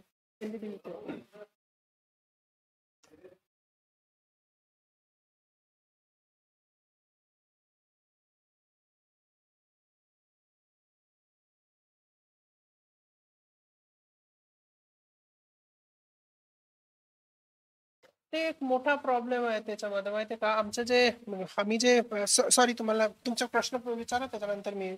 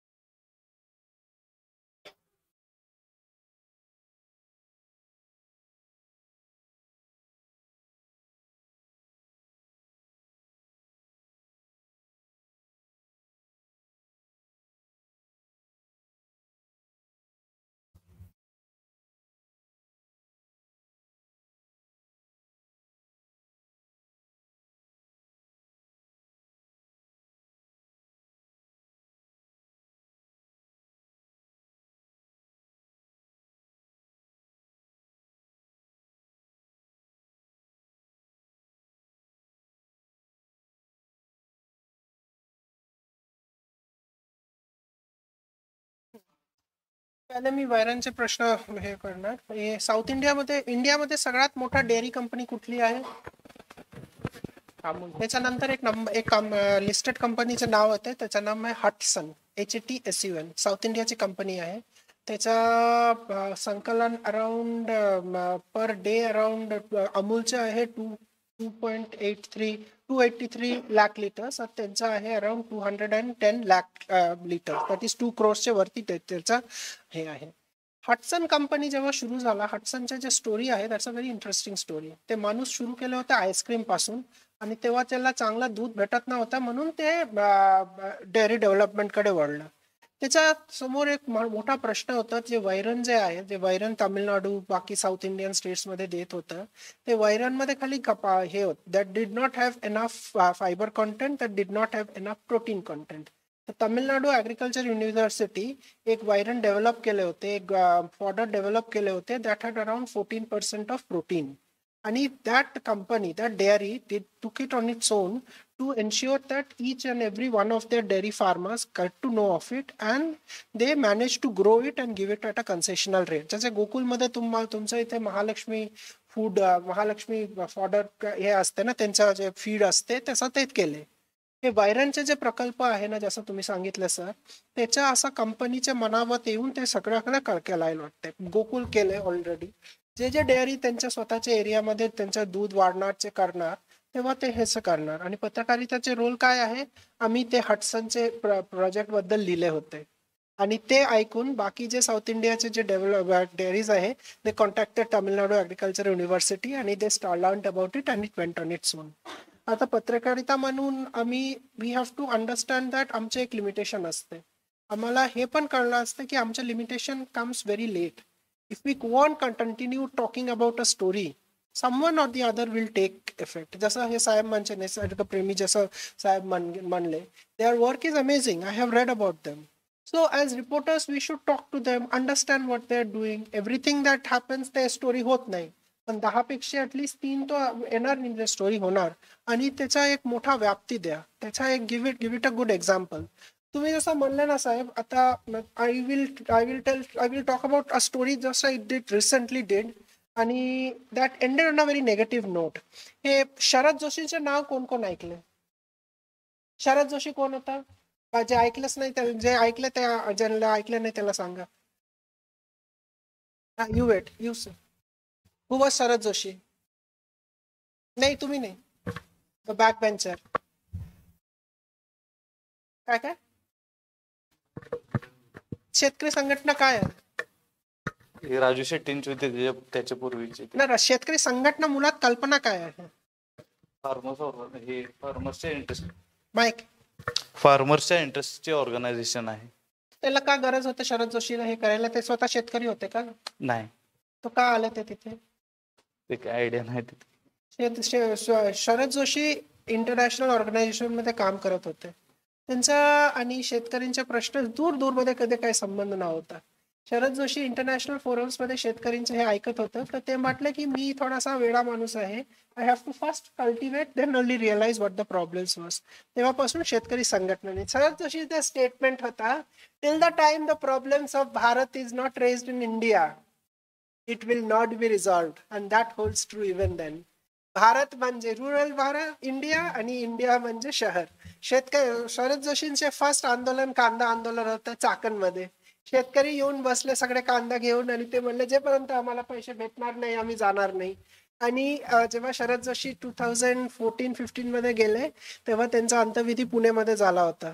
शरद जोशी ते जे अन्न आंदोलन मध्ये जे लोक होते त्यांना मी इंटरव्ह्यू केले होते. ते म्हणले, साहेब म्हणले होते तुला 50 पैसे जास्ती पाहिजे ना, रस्त्यावर आहे. आम्ही सगळे आमचे भाकरी वगैरे घेऊन आम्ही ह्याच्यामध्ये आलो. तर शरद जोशींचे हे 2 दिवस पूर्वी जेव्हा राम मंदिरांचे प्राणप्रतिष्ठा झाला, तो महाराष्ट्रामधून मी काय करू, आणि माझा फील्ड आहे ऍग्रिकल्चर, तिथून मी राम मंदिराचे प्राणप्रतिष्ठाचे काय स्टोरी देऊ. तर इंडियामध्ये यवतमाळ जिल्ह्यात रावलेगाव तालुक्यात रावेरीमध्ये एक सीते मंदिर आहे, सीतामाताचे मंदिर आहे. ते भारतात एकमेव मंदिर आहे जिथे रामचे पूजा होत नाही, सीतामाताचे पूजा होते लवकुश बरोबर. तो मला आठवले की शरद जोशी हे सीतेमाता मंदिरला रिनोव्हेशन केले होते आणि त्याच्याबद्दल ते केले, त्याचं हे केलं. तर तेव्हा सरोज काशीकर, वामनराव चटाप यांच्याशी बोललो. Sharad Kashikar is an ex MLA आणि they were all workers of Sharad Joshi. भयंकर, they were all amazing people. त्यांच्या तुम्ही भेटले ना, आता अनफॉर्च्युनेटली तुमचं जनरेशन ते लिडरशिप तुम्ही पाहिलंच नाही. मी लास्ट जनरेशन होतं जर्नलिझम मध्ये जे असं लिडर्सला पाहिले. दे वर मास लिडर्स. शरद जोशीचं म्हणणं होतं स्वतःसाठी एक भाकरी आणि शेजारींसाठी एक भाकरी असं घेऊन घ्यायचंय. चांदवडचे जेव्हा लक्ष्मीमुक्ती आंदोलनचे जेव्हा ते वेढा घेतले तेव्हा MLAs MPs डोक्यावर भाकरी घेऊन यायचं त्यांचं. आता तर लोक पैसे देऊन गाडी करून घेऊन जाते. But the generation has change, that whole leadership has change. तर मी काय केलं की ते सीते मंदिरवर लिहिले आणि शरद जोशीचं म्हणणं होतं की सीतेमाता is the embodiment of a strong woman. ते राजराणी होते पण त्यांना त्याग केले. आता शेतकरी महिला जे परित्यक्ता असते, जे विडोज असते, ते कसं जागणार, त्यांच्या लोकांना मोठा कसा करणार. तर सीतेमाता वॉज द आयडियल फॉर हिम. आणि ते सीते मंदिरला रिनोव्हेशनसाठी ते स्वतःचे खिशातून 13 लाख दिले, बाकी लोक 7 लाख 8 लाख हे असं जमा केले. आता शेट्टी साहेब जेव्हा ऊस परिषद बोलवते, ते शेट्टी साहेबांचं फर्स्ट म्हणणं होतं की 1 वोट 1 नोट असं तर साहेबांचं म्हणणं होतं. ह्याचं पण this is also from Sharad Joshi. महाराष्ट्रामध्ये जेवढे शेतकरी संघटना आहे, शेतकरी लिडरशिप आहे, they are all inspired by Sharad Joshi. So sir, it's very unfortunate एक नवीन जनरेशन रिपोर्टर्स येते ज्यांना हे काम माहीत नाही, ज्यांना हे कामचे परिधी, हे लिडरशिपचे परिधी ह्याचं हे माहीत नाही. त्यांचं जे समोर जे लोक आहे ते are not worth writing about it. But unfortunately त्यांचं हे जे ब्रिज होता ना सर, ते ब्रिज संपला. आता हे नवीन जे जनरेशन येणार, मला काय वाटते तुमच्यासारखा जे लोक आहे, they should take some kind of initiative and get to know these people. They are not bad people. They are very good people. The young generation is amazing. त्यांच्यामध्ये भयंकर पॉझिटिव्हिटी आहे. पण ते पॉझिटिव्हिटी कडे त्यांचा पॉझिटिव्हिटी थोडा वेगळा असतं आमच्यापेक्षा. सो तुमच्यासारखा लोक who are knowledgeable, my humble request would be to get accustomed, to get to know these people and tell about them. Me Sharad जोशीचे cremation, I had covered his last rites. So I know what kind of a leader he was. I had met him. And that generation of leadership is dead. There is no one who can come to that stage anymore. So my humble request to you would be to get to know these people well, to talk to them about the work that you are doing. कारण आमचे generation पण संपला sir. आता नवीन generation they don't know about the work you are doing. So the onus is on you. तुम्ही एकदा त्यांना convince केलं तर they will work. They will work. That I have got fulfilled. So the work is on your shoulder now. Any more questions? We can take दोन अजून एक प्रश्न घेतो लास्ट. Any questions? हा, yes. आहे ना, भरपूर NGOs आहे, एक नंबर काम करते. एक छोटा साधा उदाहरण देतो. पुण्यामध्ये एक माझाच मित्र आहे, ते क्लायमेट चेंजचे प्लास्टिकच्या वर काम करते. त्याचं काम काय आहे, जे 5 चिप्सचे पॅकेट पासून ते गॉगल्स बनवते. आणि त्याच्या they got an award in Lakme fashion week. ते माझा मित्र आहे ना, त्याचं काम तुम्ही पाहू शकता. I have written also about them. चिप्सचे पॅकेटतून गॉगल्स बनवणार पहिला इंडिया का होल जगामध्ये पहिला कंपनी आहे. जे मल्टी लेअर जे प्लास्टिक्स असते ना, जे फूड ग्रेड पॅकिंग वगैरे जे होते, दे आर इनडिस्ट्रक्टेबल. त्यांना तुम्ही काहीच करू शकते. बाकी जे आहे दुधाच्या पिशवी वगैरे तुम्ही रिसायकल करू शकते, पण त्याच्या काहीच होत नाही. So he has taken up on him. He has complete value chain. तिथून ते गॉगल्स बनवते आणि that is selling also. So that's a very good. There are many examples like that. तुम्हाला थोडं त्याचं नाव मी विसरलो.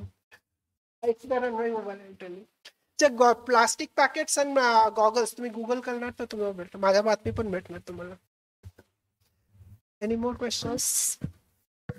सर, मला एक क्वेश्चन आहे. आता जर या नवीन पिढीला जर क्लायमेट चेंज बद्दल म्हणजे जॉईन व्हायचं असेल या एकंदरीत रिमूव्हरसाठी, तर ते कसं जॉईन व्हावं आणि ॲज अ रिपोर्टर सुद्धा कसं रिसर्च करून स्टोरी टेलिंग केली पाहिजे? आता रिपोर्टर म्हणून रिसर्च करून स्टोरी टेलिंगचा सगळ्यात इझी वे आहे गुगल. जे तुम्ही टॉपिक तुम्ही वाचणार, first please read from authentic sites. Please read from authentic sites. And Facebook and WhatsApp are not authentic sites. University of WhatsApp does not exist. So read about the research that is happening. आणि त्याच्यानंतर if you have questions, talk to the researchers. So मी इंडियात बसून I have talked about in सगळ्यात माझा जे मालिन नंतर मी एक स्टोरी केले होते की how rainfall on the Western Ghat is increasing, and that research was done someone by a researcher in Germany. त्याला मी ईमेलवर संपर्क साधला, त्याचे ईमेलवर इंटरव्ह्यू घेतले आणि I got my story done. So असं ते इन्फॉर्मेशन इज देअर. आता तुमचा स्वतःचे थोडासा you should be proactive and you should do research and not believe on Facebook and WhatsApp. ठीक आहे, बस good enough. Good, now we can go for lunch.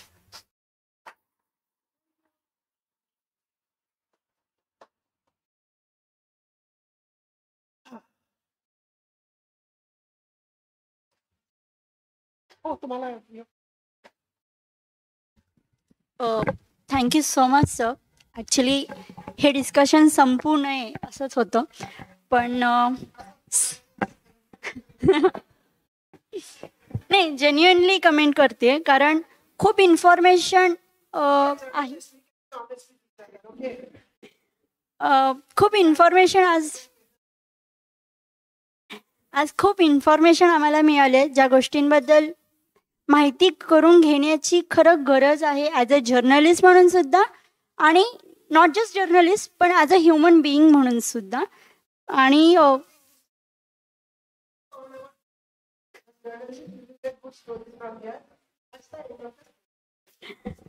So thank you so much sir once again. आणि कोणत्याही कार्यक्रमाचा शेवट हा आभाराने केला जातो, तर या कार्यशाळेचा शेवट हा साजिदला मी विनंती करते की त्याने आभार करावं.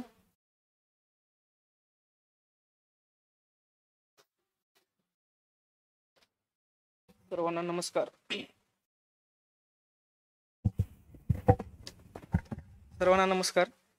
शिवाजी विद्यापीठाच्या एम ए मास कम्युनिकेशन विभागामार्फत आज आयोजित केलेल्या हवामान बदल आणि प्रसार माध्यमे या विषयावर एक दिवसीय कार्यशाळेचे आयोजन करण्यात आले होते. या कार्यशाळेच्या दुसऱ्या सत्रामध्ये इंडियन एक्सप्रेसचे असिस्टंट एडिटर माननीय पार्थ सारथी बिस्वास यांनी आपल्याला एन्व्हायरमेंटबद्दल खूप चांगले आणि मोलाचे मार्गदर्शन केले आहे. त्याबद्दल त्यांचे आपल्या अधिविभागाकडून विशेष आभार. या कार्यशाळेला उपस्थित असणारे लोकसत्तेचे वरिष्ठ प्रतिनिधी दयानंद लिपारे, जयसिंग चव्हाण, त्याचबरोबर पार्षद शहा, त्याचबरोबर निसर्गमित्र अनिल चौगले यांचेही विशेष आभार. ही कार्यशाळा त्याचबरोबर पर्यावरण विभागाचे विद्यार्थी, MSW विद्यार्थी, भूगोल विभागाचे विद्यार्थी यांचे देखील विशेष आभार. ही कार्यशाळा आयोजित केल्याबद्दल अधिविभागाचे समन्वयक प्राध्यापक doctor Shivaji Jadhav, doctor Prasad Thakur, doctor समदा साळुंके यांचे सुद्धा आभार. या कार्यशाळेला उपस्थित असणारे सर्व विद्यार्थी यांचे देखील आभार. आणि ही कार्यशाळा इथे संपली असे जाहीर करतो. थँक्यू.